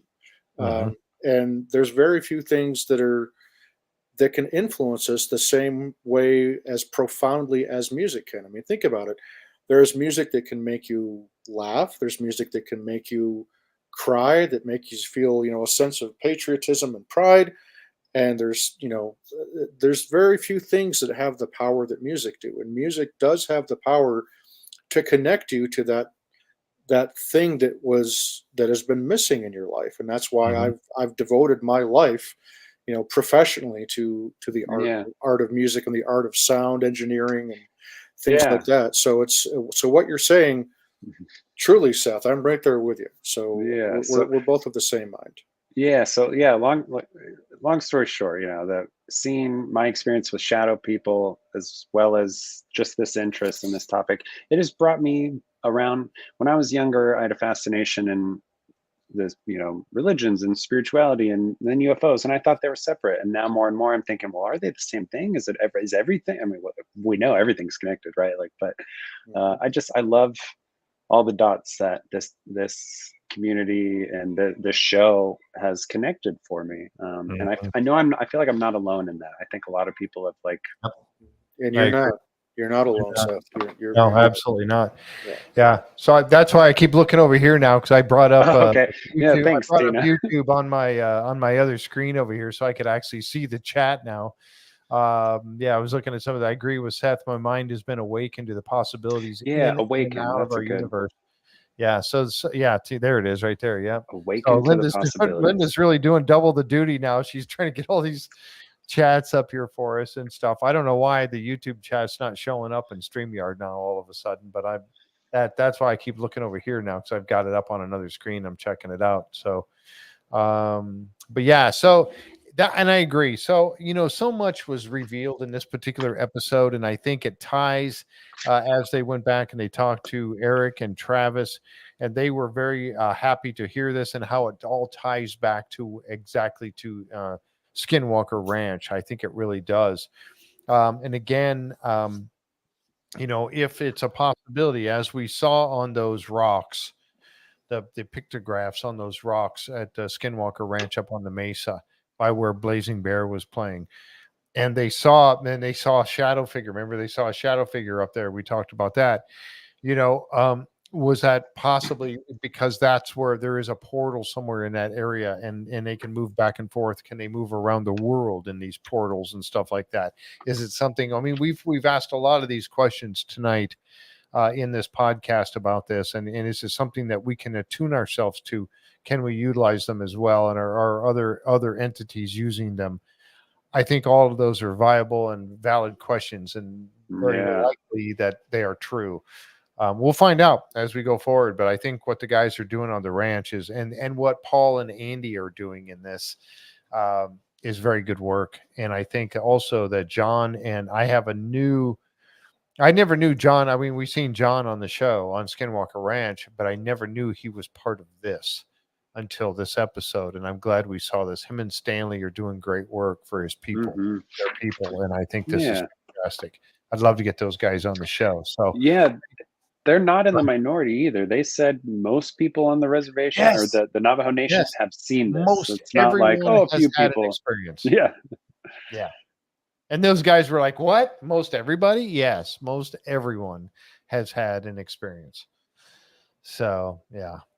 Anyway, great episode. I thought it was good. We're going to see another good one next week. We're going to actually get to talk a little bit about Mr. Chris Bledsoe next week. So he's going to be coming out. He's going to be going through some experimentation. There's another guy that I tell you what, whether you want to believe his story or not, it's very compelling. I read the book, and I couldn't put it down until I finished it. What do I make of it still? I don't know. My mind is blown, quite honestly. I'm struck by the simplicity of his message. He was on Fox News last night, and he was asked, because if you've seen the preview for next week's show, he can kind of seem to know when they're about to appear. Yes. These orbs. And they're impressive. The UFO DAP is going to verify that these are not fireflies. He can seem to call them out. And he did a short clip on news, on big news last night. And he was asked, how are you doing this? And his answer was, I say a prayer. So for me, I like you said, Jeff, whatever you want to believe, I believe he's telling truth as he knows it, and I love the simplicity and positivity of his message, because it's inspiring, and exciting. What a time! What a time to live in right now, right? Yeah, a lot of years from now, they may look at us and go, "You guys didn't know this was happening." I mean, come on, right? Yeah. Well, it's one of those books, Jeff, that when you read, and if you've been interested in UFOs, you're going to recognize a lot of names that show up on his doorstep. And his story right away, I thought, how have I not heard of this guy? Like, how am I? Anyway, so it's compelling, and I'm so pumped to see what Andy and Paul make of him. Yeah, me too. I really am too. All right, so let's switch gears a little bit. So I think it was a great segue. Yeah, a great segue. Let's talk a little bit about, folks, and I mentioned this early on. Okay, that wraps it up for this particular episode, but I wanted to talk a little bit about what happened yesterday. And this again ties all into Skinwalker Ranch and what the guys are doing out there. They had the it was a hearing, the hearings on the UAPs happening in the United States. And we had David Garush. What was the other two? It's two, and I missed like the opening statements. I missed that first hour. Commander Fravor and Lieutenant Graves. Yes. I don't know if I got the rankings correct. Yep, you nailed it, Seth. Yeah. So these guys, we had this UAP hearing. And I want to hear from you in the chat on this as well, folks, because one of the and the only thing I'm going to say that has anything to do with the if you have a D or an R next to your name when you're you're a politician, is that they came together on this. Mhm. And I'm so happy to see that they came together on this. We Uh, witnessed true bipartisanship yesterday. Yeah, it was exciting. Absolutely. And so that we had this hearing with David Goresh, and as most of you know, David was one who gave his News Nation. He did an interview with News Nation, and a lot of people said, "Okay, we need to get these guys. Congress wants to know what's going on," and I think that's fantastic, and it's damn due time. Long overdue. Long overdue that this happened. Wow. That something Yeah. like this took place. Yeah. That we've got these guys. They're calling them whistleblowers. Okay, whatever. Call them a whistleblower if that's what you want to call them. Patriot. Patriots, you know. Patriot is a great word. Yeah. But they've come out and they have actually said a lot of information about the government has had crashed non-human craft. Mhm. And there is also not only that, but there is non-human bodies, Mhm. and they had to get them under oath. And I tell you what, I'm going to let you guys kind of expand on this because I didn't get to see the whole thing. I was actually trying to watch a little bit more of it today. But was your take that these guys were very credible? 100%. Oh, absolutely. Beyond reproach. I did too. 100%. This was not, I'm sure, a lot of our first time seeing these guys speak. Since the Tic Tac stuff came out and the stuff about what Graves was seeing, I've watched almost every interview Fraber's been in, and I've watched a good amount of Graves's podcasts and his discussions with other people on this topic. And these are straight shooters, some just super nice, very smart, and you can just tell that they are not here. These are men of incredible integrity. Yeah, and I think Jeremy Corbell, I watched him in an interview, and he said that they came on their own dime. Fraber had kind of said, I was bugged into being here, and Jeremy Corbell admitted, he said that. I saw in an interview, Jeremy said, I'm the guy that kept pestering him, and he said, he wasn't paid to be here. They showed up on their own dime. Fraber's got to go back to work after this. They're brave, they're patriots, and I thought they're beyond any sort of character questioning. Super credible, witness, as Andy and Paul would say. Yeah. And Jim, I thought they were. Oh, go ahead. Go ahead. Sorry. No. I just said I thought these. If you're going as far as this being like one of the first steps, they picked 3 amazing guys to start it with. Yeah, I think so. Jim, you had put out a little a post about some of this, and I'd like to invite you to kind of cover that with us a little bit, if you would. I thought you went through some very good points as you made some very good points on this, and if you don't mind, kind of take us through that a little bit, if you would. Absolutely. So yeah, I on Facebook yesterday, I just posted a little bit of a summary of what I felt the highlights were of the entire hearing, and I broke it down into just a couple concise points for people that maybe didn't get to watch it, or people that really haven't been paying attention to the whole topic. So first and foremost, the big thing obviously was during the testimony, it came out that, and this obviously from David Grush, most of this is regarding David Grush and his testimony. And the key thing as I read through this is understand that all of this was given under oath. And it is now on record with Congress. It will forever be part of the public record of testimony given in Congress. And that's If I could interrupt for just a second, that's what they were saying that needed to happen. Even though a lot of this stuff has already been said, it was not said under oath in front of Congress. Sorry, go ahead, please. Precisely. And that's a very solemn oath and a very solemn duty to take upon yourself. When these gentlemen, for me personally, when I watch these 3 gentlemen raise their right hand and take the oath, I literally got chills. It was like, this is really happening. But I digress. So the first point would be that the U.S. government and several yet to be named private defense contractors have multiple advanced craft and bodies of non-human origin in their possession. That's huge. That's huge. Number 2, The recovery and reverse engineering of the recovered craft dates back as far as the 1930s, and that's more than 10 years before the Roswell incident took place.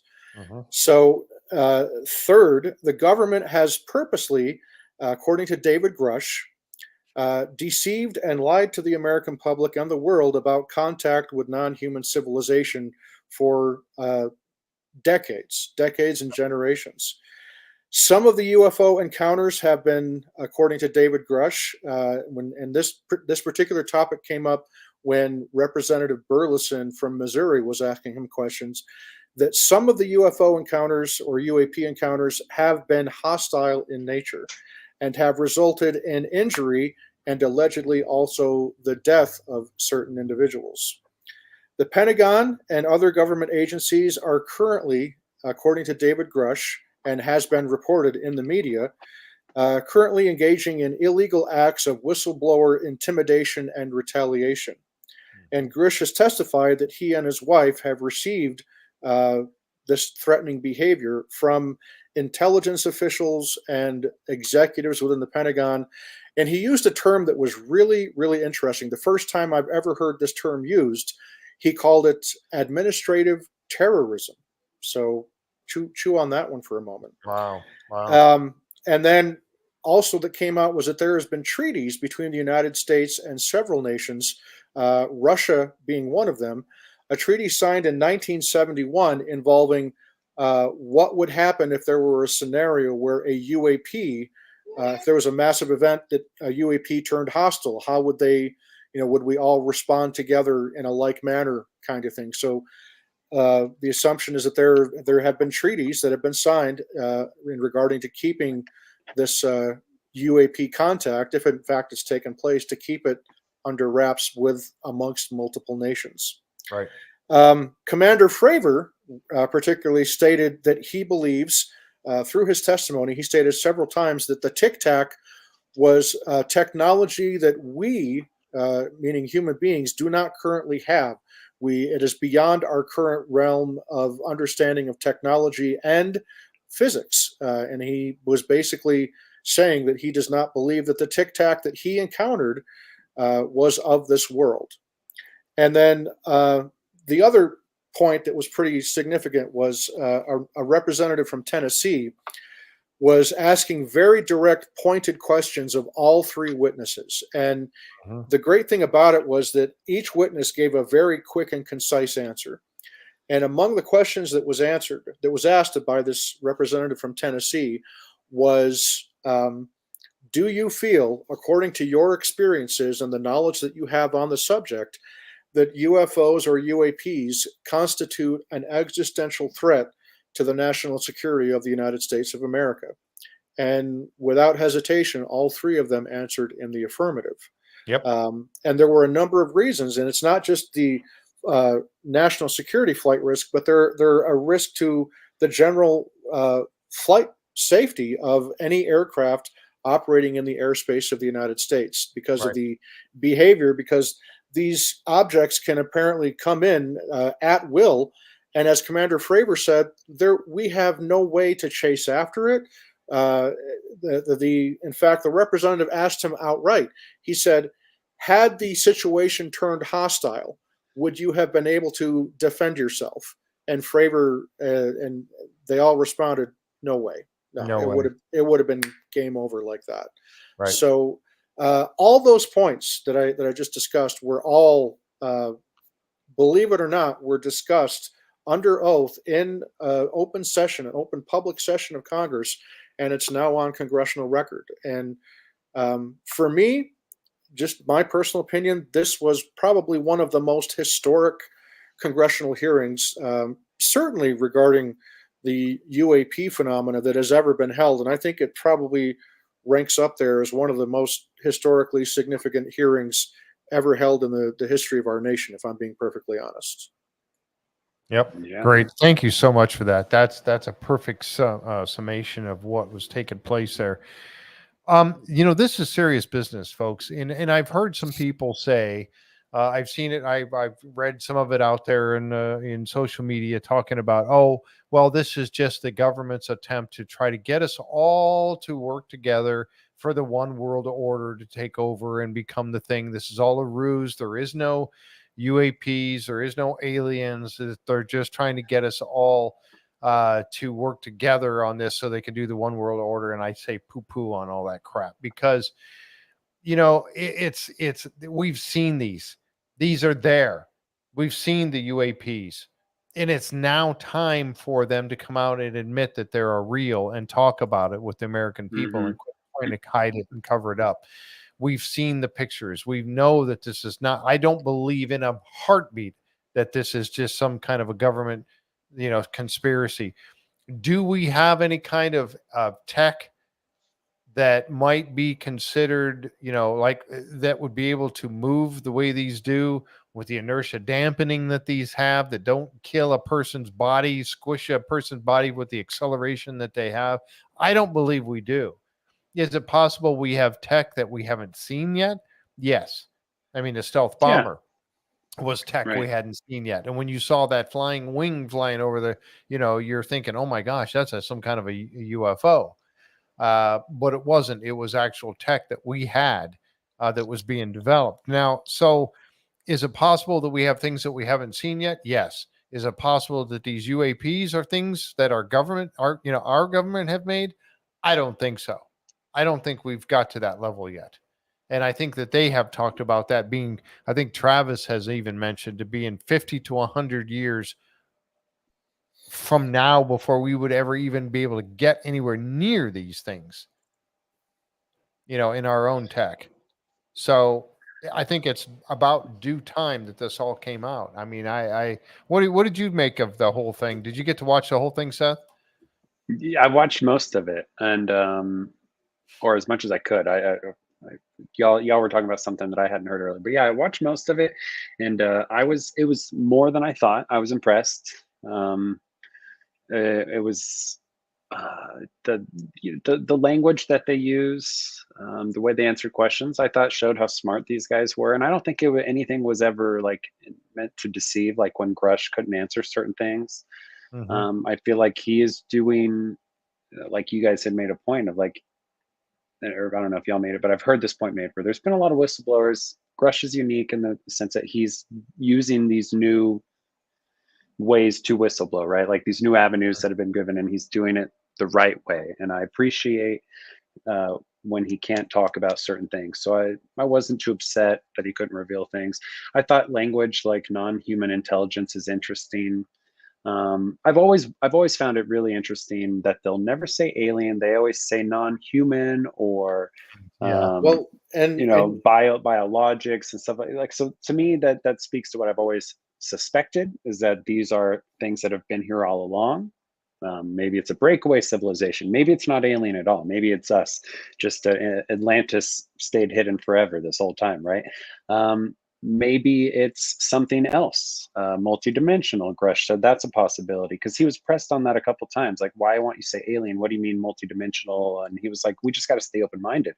And I liked that. But I'd also, as someone who fears Big Brother, it made me a little worried to say, use the term non-human intelligence, because as a spiritual person, that could be angels, could be God. And I don't like saying that, maybe spreading fear about connecting with things that could be something spiritual trying to reach out to humanity. Very good point. I don't know. That was my take on it, though. Overall, if y'all heard my take last time, where I was like, I don't need disclosure from the government. That being said, I was really pleased with this, and I think Jimm's points were all, in yours too, Jeff, were all extremely well made. This is historic, and while I might not buy these things are a threat narrative, because they've been around forever and they're in far more control of the skies than we are, based on these reports. But maybe I'm just not aware of the threats yet, right? I don't know. But for me, I worry, why. One thing I picked up on in the Beyond Skinwalker, Travis or Eric said, this was great that you got the scientific data and the experiencer data, right? Yeah. Experiencer data. There's a lot of things. Oh, we need more data. We need our our F-16s aren't meant to measure these things, or okay, well, what about the experiencer data that has been collected for decades by the government, and they ignore it and act like it doesn't exist? Right. What about Or the at least people that's what who they have been? tell us anyway. Yes. Yeah, right. And I don't doubt that people have been hurt by these things. So these are crazy things that we're encountering. But what about the people who've been healed by these things? Are we going to hear those stories too? Travis I'm Walton. excited. Travis Walton, right? Yeah. Mhm.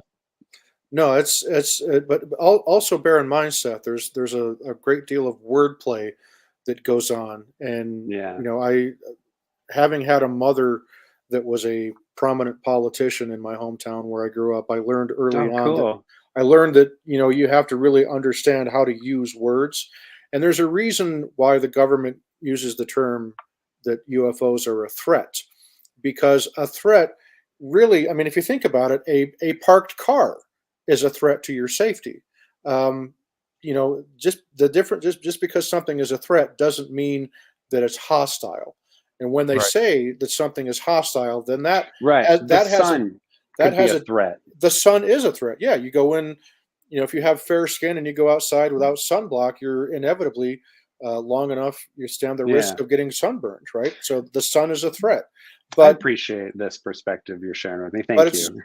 but it's also, there's a difference when they actually it's when they say that something is hostile.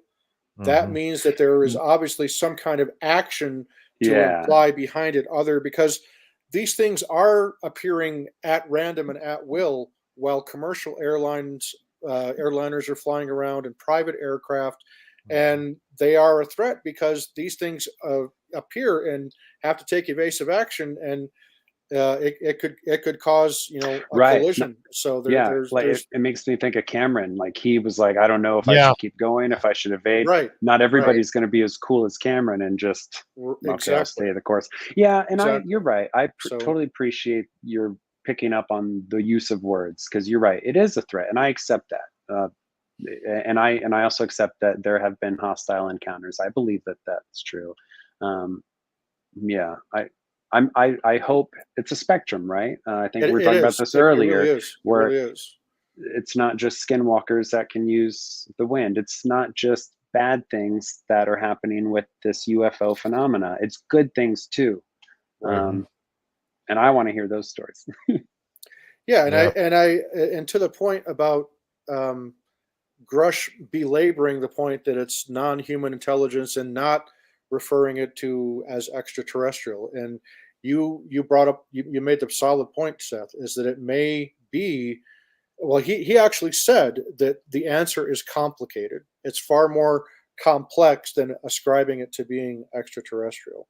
Hmm. And so that could mean, as you were saying, what if it is uh, breakaway civilization, or as some people call crypto-terrestrial or ultra-terrestrials, Mhm. a being or species that's always been here with us on planet Earth, that are far more advanced than us technologically and intellectually.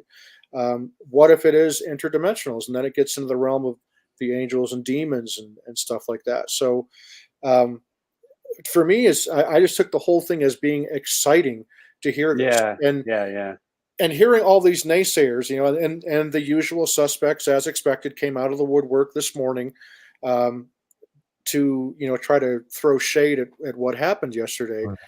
But the reality is, as you said, Seth, Grush went through all the proper channels to do this the right way. There's a Yep. process to this, and yes, it would be great if he could just simply lay it all out and say, "Okay, it's this contractor, and this is the name of the project. These are the people. These are Yeah, yeah. the friendly witnesses. These are the hostile witnesses to talk to." Now, we're pretty sure he's going to give all that information to the House members, as he promised that he would yesterday. In closed But sessions, yeah. in Yeah. closed session, because he's still under obligation. He's still under non-disclosure agreement. And for him to violate that in a public arena would have played into the hands of the very people that are intimidating him and trying to prevent Yeah. him and other whistleblowers who Mhm. actually really do have firsthand, hands-on experience Yeah. with these non-human craft, non-human bodies, and exotic materials. So it's important for him, and that's why, if you weren't aware of this, the gentleman sitting directly behind David Grush was his lawyer. And you could see at times Grush would lean back, and you could tell that his lawyer was saying, okay, you're straying a little bit too far. Don't go into this. So my biggest fear was what would have happened if Grush had, taken the oath, and then when people started asking him questions, he could have very easily just simply said, I respectfully invoke my Fifth Amendment privilege. Yeah. And that would have been a train wreck of epic proportions. Oh, absolutely. Absolutely. And that would have played right into, the naysayers, whose names we won't discuss. So he did, it just showed his true character and his integrity. I think that he was willing to say, just very matter-of-factly, I'm afraid I cannot get into that in a public setting, but I will be happy to divulge that information to you in a secure location, in a closed session. Wouldn't you want to be a fly on the wall of that meeting? Oh, would I? Yes. Yeah. So, yeah, I would be that would be fascinating. I think that the fact that, and again, we go back to the whole idea about it being bipartisan, and the fact that they are going to continue this. There are going to be further investigations. Thank you, B. Jones. That's so sweet of you. It's coming. I'm going to order it in the morning. I'm ordering this unit. It's going to be on the way. I can't wait to get it in my hands and take it with me out there when I'm meeting with Carl the Crusher. But yes, I think that this was long overdue, and I think it was something that was needed. You are always going to have the naysayers. I don't care if the mothership showed up over, Pittsburgh, Pennsylvania, and for all the world to see, there's still going to be people that don't believe it. There's still going to be people that say, oh, it's just a government projection. They're just trying to do this or that or the other. What's it going to take? I think some people will never believe. Ever. You're absolutely right. No matter the evidence, no matter the aliens walking around in the city streets with us, they're never going to believe it for whatever reason. And I feel sad for them. I really do. I believe it's happening, and I think it's been going on for a long, long time. Think of what's going to happen for Ancient Aliens now. The TV show. I don't know if you saw this, but Giorgio from Ancient Aliens shared a meme of himself, the one where it says, I'm not saying it's aliens, but, and instead this alien says, I'm not saying I told you so, but well, that's just hilarious. What a great guy Giorgio is. Oh yeah. He's I love that show. They're gonna have to change it to Ancient Non-Human Intelligence. Oh yes, there you go. That's perfect. Right. Yes. Yeah, which somebody asked, what if these crafts are rather humans from a different time? Well, wouldn't the phrase non-human intelligence, wouldn't them classifying this? Yeah, wouldn't apply. So that was something I picked up on, because I've long wondered, like, are some of these craft time travelers? But it seems like that's ruled out with the non-human part. But maybe it's time traveling AI. And I think there's still a possibility that there is more than one non-human intelligence, more than one non-human civilization. I agree. Oh yeah, that's in the mix here, because it would stand to reason if there's really is intelligent life out there, as I think all of us believe that, then there's not just simply one race or one species. I'm sure. Right. And we've heard stories, we've heard accounts of greys, the stereotypical alien. Yeah. There's also, stories of Nordics that look exactly like we do, except they're taller and they have blonde hair and blue eyes. There's the reptilians. There's moon-eyed people, Arcturians. Yeah, there's all kinds of. So I wouldn't be surprised if there are multiple civilizations that play into this. And I do believe that some of the UAPs that we've been seeing might be I was going to say unmanned. How do we say that now? Unhuman intelligent man? I don't know. How do we? No, yeah. There's no bodies. They're like drones. I think they're like drones. Well, they may be AI. They may be some kind of AI. And it might be AI. There might be a race of AI out there already. So Transformers. Yeah, I mean, or worse, robots. But see, sorry. It's nice that we can all speculate on these kind of things now, because it's all becoming.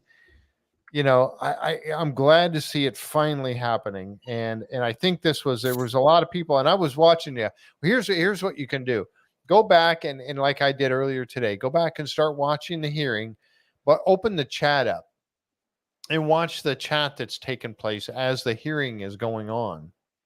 And you're going to see all the naysayers. There's a lot of naysayers in there. I was before about the to say, thing this even is gets the only started. chat I like. And they're going, oh, this is a bunch of crap. They're not going to reveal anything. Why are we going through this stupid exercise? They're not going to give it.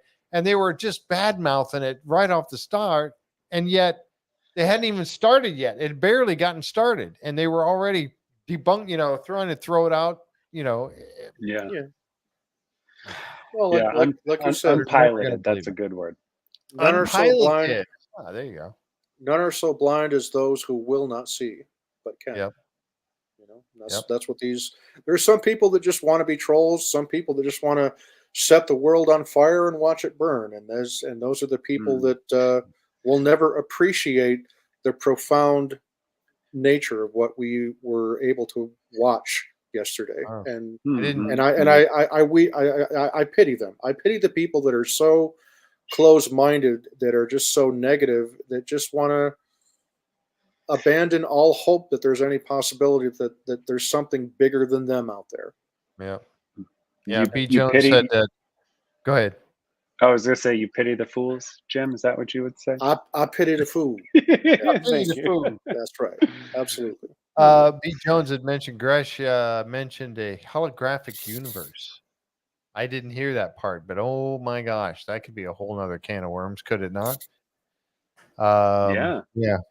Yeah. And Brian made that comment about what if we find out the UAPs are not human intelligence or technology rather than human from a different time. You had kind of mentioned that. So I thought about that too. They could be humans from a different time. Like you had said something about the Atlanteans. And the Atlanteans, maybe they're still around. Maybe they were a race of, Maybe so that's the we open up all these USOs. possibilities now. I mean, so what do you think the next step is? That's the question. As we wrap this up, what do you think the next step is for the government and Congress looking into this? Will there be more hearings, do you think? There will 100% be more hearings. The next one is allegedly scheduled for September, that will be led by the Senate. So I would imagine what we're going to see is we're going to start seeing people getting subpoenaed. Some of these defense contractors, people within our own government, are likely to get subpoenaed and put under oath. And when evidence starts mounting, that's when I think you're going to start seeing defense contractors and witnesses like that start invoking the Fifth Amendment, because I think the exposure is going to start to grow. So I think in September, my wish list is that I hope that we get a witness like Lou Elizondo and Jay Stratton. I would love to see Jay and Lou up there, just to add more depth and credibility to the testimony already given by Fravor, Graves, and Grush. And I wouldn't be surprised if Grush comes back to the next round of hearings. But I think there will be more hearings. I think there will be more declassification of things, and I think we might even start seeing things leaking out to get stuff out there. And I think it's, as we've said so many times, and we say every week, it's such an exciting time to be alive, to be here, to be a part of it. I just wish that my dad were still here to have watched what happened yesterday, because he would have loved it. Yeah, I think it was a great step, and I don't think it was, all the naysayers that kind of, threw cold water on the whole thing before it was even getting started. I think, they're all wet, quite honestly, because I think this was a good step in the right direction. I love the bipartisanship of the whole thing, because everybody wants to know the truth. And if Congress is sitting there going, if we've been lied to, if we've been fooled, and you got all this money that's going places, we need to know about it. The American people need to know about it. They have a right to know. And we do have a right to know. And I'm glad to see it's finally coming out. And I'll also like to say too, that Expedition Bigfoot is coming out. Do we have a date yet? September. Yes. Somebody sent me a date. Finally. Yeah, I got a date. Somebody sent me a date on. Let me see if I can find it real quick. I believe it was Mike Owen. 8:30. August 30th. So that quick. Yeah. Expedition. That's Bigfoot. awesome. I can't wait. I know. So we're going to be all Mike on. We're going to be all over that one. We're going to be talking about Expedition Bigfoot, and we might have to get Shannon involved in this, I guess, because she was. She's new to the Bigfoot She's rabbit new hole. to the Bigfoot thing. She would be good to have in there as someone who doesn't have all those. Mm-hmm. So we'll see. We're going to find. Yeah. Mike and I started talking about it just briefly with her after your show one time, and she was like, "Wait, what?" Yeah, I know, right? So Expedition Bigfoot is what changed my viewpoint on the whole topic. Same here, Jim. Jeff and Mike recommended it, and so I'm like, well, I trust these guys' opinions. Let me watch this show. And for a big thing that show did for me, the biggest thing, was it proved to me that the Patterson-Gimlin film was legit, and it made me go back and look at what modern technology has made of that film since it was made, and it's not been debunked. If anything, it's proven more real. And when I realized that I'm looking at video of a female Bigfoot, changed my reality. Another growth moment, Yeah. The interesting thing about technology, as technology gets better, they can't disprove it. No. As our technology gets better, it's proven even more so. Yeah, that film is real because it's on film. That's why it's not digital. Right. Right. And they talked about the suit, the spandex suit. No suit fits like that. No, and nobody can walk in a creek bed that smoothly and put female body parts on, it was right. If anybody here is doubtful about that film, just go on YouTube and see what, breakdowns of that footage makes you think. It's opened my mind up too. And that's why I'm looking into the whole thing now, because I really am excited about finding out whether or not, more information, more data. So that's my next step, Jeff. My next step is I want the Bigfoot disclosure next. Yeah. What do they know about Bigfoot? What do they know? What bodies do they have? And believe me, they know. The Patterson-Gimlin film, Wanda. The Patterson-Gimlin film. Go look it up. Patterson-Gimlin Bigfoot film in the old. A lot of people. Thinker Thunker, he's a good one that's kind of broken it down. You might be able to find the clip on Expedition Bigfoot where they talk about the suit, just the rate of film too, like when you actually show it in the speed that it should be versus like what we were shown.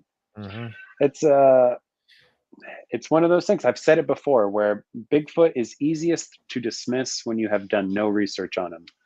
Oh yeah, absolutely. And then once you start going, doing research, it's really hard. It changes your perspective. It really does.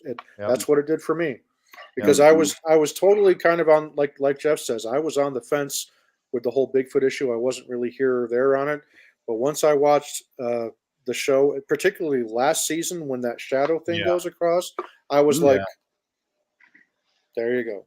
Yeah, so exactly. It changed my view. Them knowing that the remote viewer was trying to view them. The remote viewer, because they know, and they're blocking me somehow. That was like, what? Bigfoot psychic. And then I heard that Les Stroud, Adventure Man? Les Stroud? Yes. His Bigfoot show, he didn't talk about it, but he did an interview. Mike has talked about this, where he did an interview on the Bigfoot podcast, and he's saying that he saw UFOs while he was looking for them. He heard them telepathically communicate to him. All these things he didn't want to say on the show because they would cancel it. And with Expedition Bigfoot, they seem to know when they're on camera. Like when they caught them on thermals and they're peeking, where it's how did they know? Anyway, sorry. Well, and we have also people like Pete Kelsey, who I just have the utmost respect and confidence in. Oh yeah, me too. And having him be a part of that and adding, his expertise just adds another layer of credibility to the research that Russ and Ronnie and Maria are doing out there. And it also helps that my own brother, who lives right there in Idaho lives at the tail end of what they call Sasquatch country up there, and he's been having all kinds of experiences that mirror exactly what typical Sasquatch behavior is. I know, Jeff, I've talked to you about it a bit, and it's real. I'm convinced it's very real, very Yep. real. Mm-hmm. Yeah. Yeah, Shannon will be our Maria Mare. Yep. I know, right? So I can't wait. So 8:30, yes. And then Christina said, yeah, I'll be on the road then. I will. That's true. But I'm still going to figure out a way to watch it. And we will watch it. And we're going to talk about it. So we will be doing, as I mentioned before, we kind of laid off the Bigfoot thing a little bit because we were waiting for it to be announced that it was coming out. But we will be talking about each and every episode of Expedition Bigfoot for season 4 when they come out. We'll be doing them that week. So I thought we were going to get more of a break, but we're not. So sorry, guys. We're just going to have to keep on chugging and keep on doing podcasts because there's just too much to talk about now with all of this. Mm-hmm. And anything more that comes up with the UFE, the hearings or anything like that, that we get information about, we're going to talk about it right away. We're going to come out, and I know that Jimm and we talked about it. I was on the road all day yesterday. I barely got a chance to listen to it, but I really would have loved to have been live during the whole thing. And broadcasting and talking about it and doing all that kind of stuff. But we got an opportunity to. But we're going to keep you updated with whatever we find out. And everybody finds out about the same time anyway. If you didn't watch it yesterday, then again, it was one of those wonderful things. And I wanted to say thank you to Brenda also. She donated from Canada. You guys are nailing it. Thank you, Brenda. I appreciate that very, very much. Really, really do. Everybody that's doing the super chats and all that. Thank you so much. It really means a lot. And yes, that spectrum or tri-field meter is on the way. So yeah, there it is right there. Thank you, Brenda. Really do appreciate that very much. Yeah.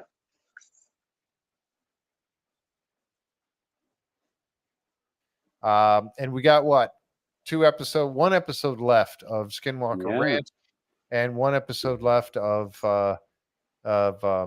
Beyond.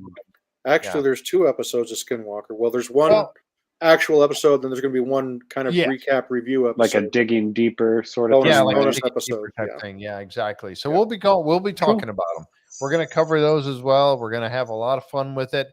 And some seriousness. I mean, I like to inject a little bit of levity into these podcasts just simply because we need to sometimes to keep our sanity. No, but real. it is so serious. That's why you have me on. Okay, now yes, you're the comic relief. Yes. No, but seriously, we have to be. There's a time to be serious about this and talk about it, because these are very interesting subjects that mean a lot to the world that's happening around us today. And so we're gonna keep covering it. So thank you guys. Appreciate you being here tonight with us. appreciate Folks, you. those of you that have stuck around for 2 hours and 9 minutes. Wow. Thank you very much for being here with us tonight. We really do appreciate that very, very much. Even though we lost and Linda is working double time trying to keep the chat moving here. I've been getting all the Facebook chat, but nothing else. But anyway, so next Thursday night, Beyond Skinwalker Ranch, and then next Friday night and tomorrow night we'll be talking about Secret of Skinwalker Ranch, and looking forward to Expedition Bigfoot. So thanks everybody for being here with us tonight. And yep, there you go. Thank you, Jan. And we will catch you next time right here on the JFree906 podcast. Good night, everyone. See ya.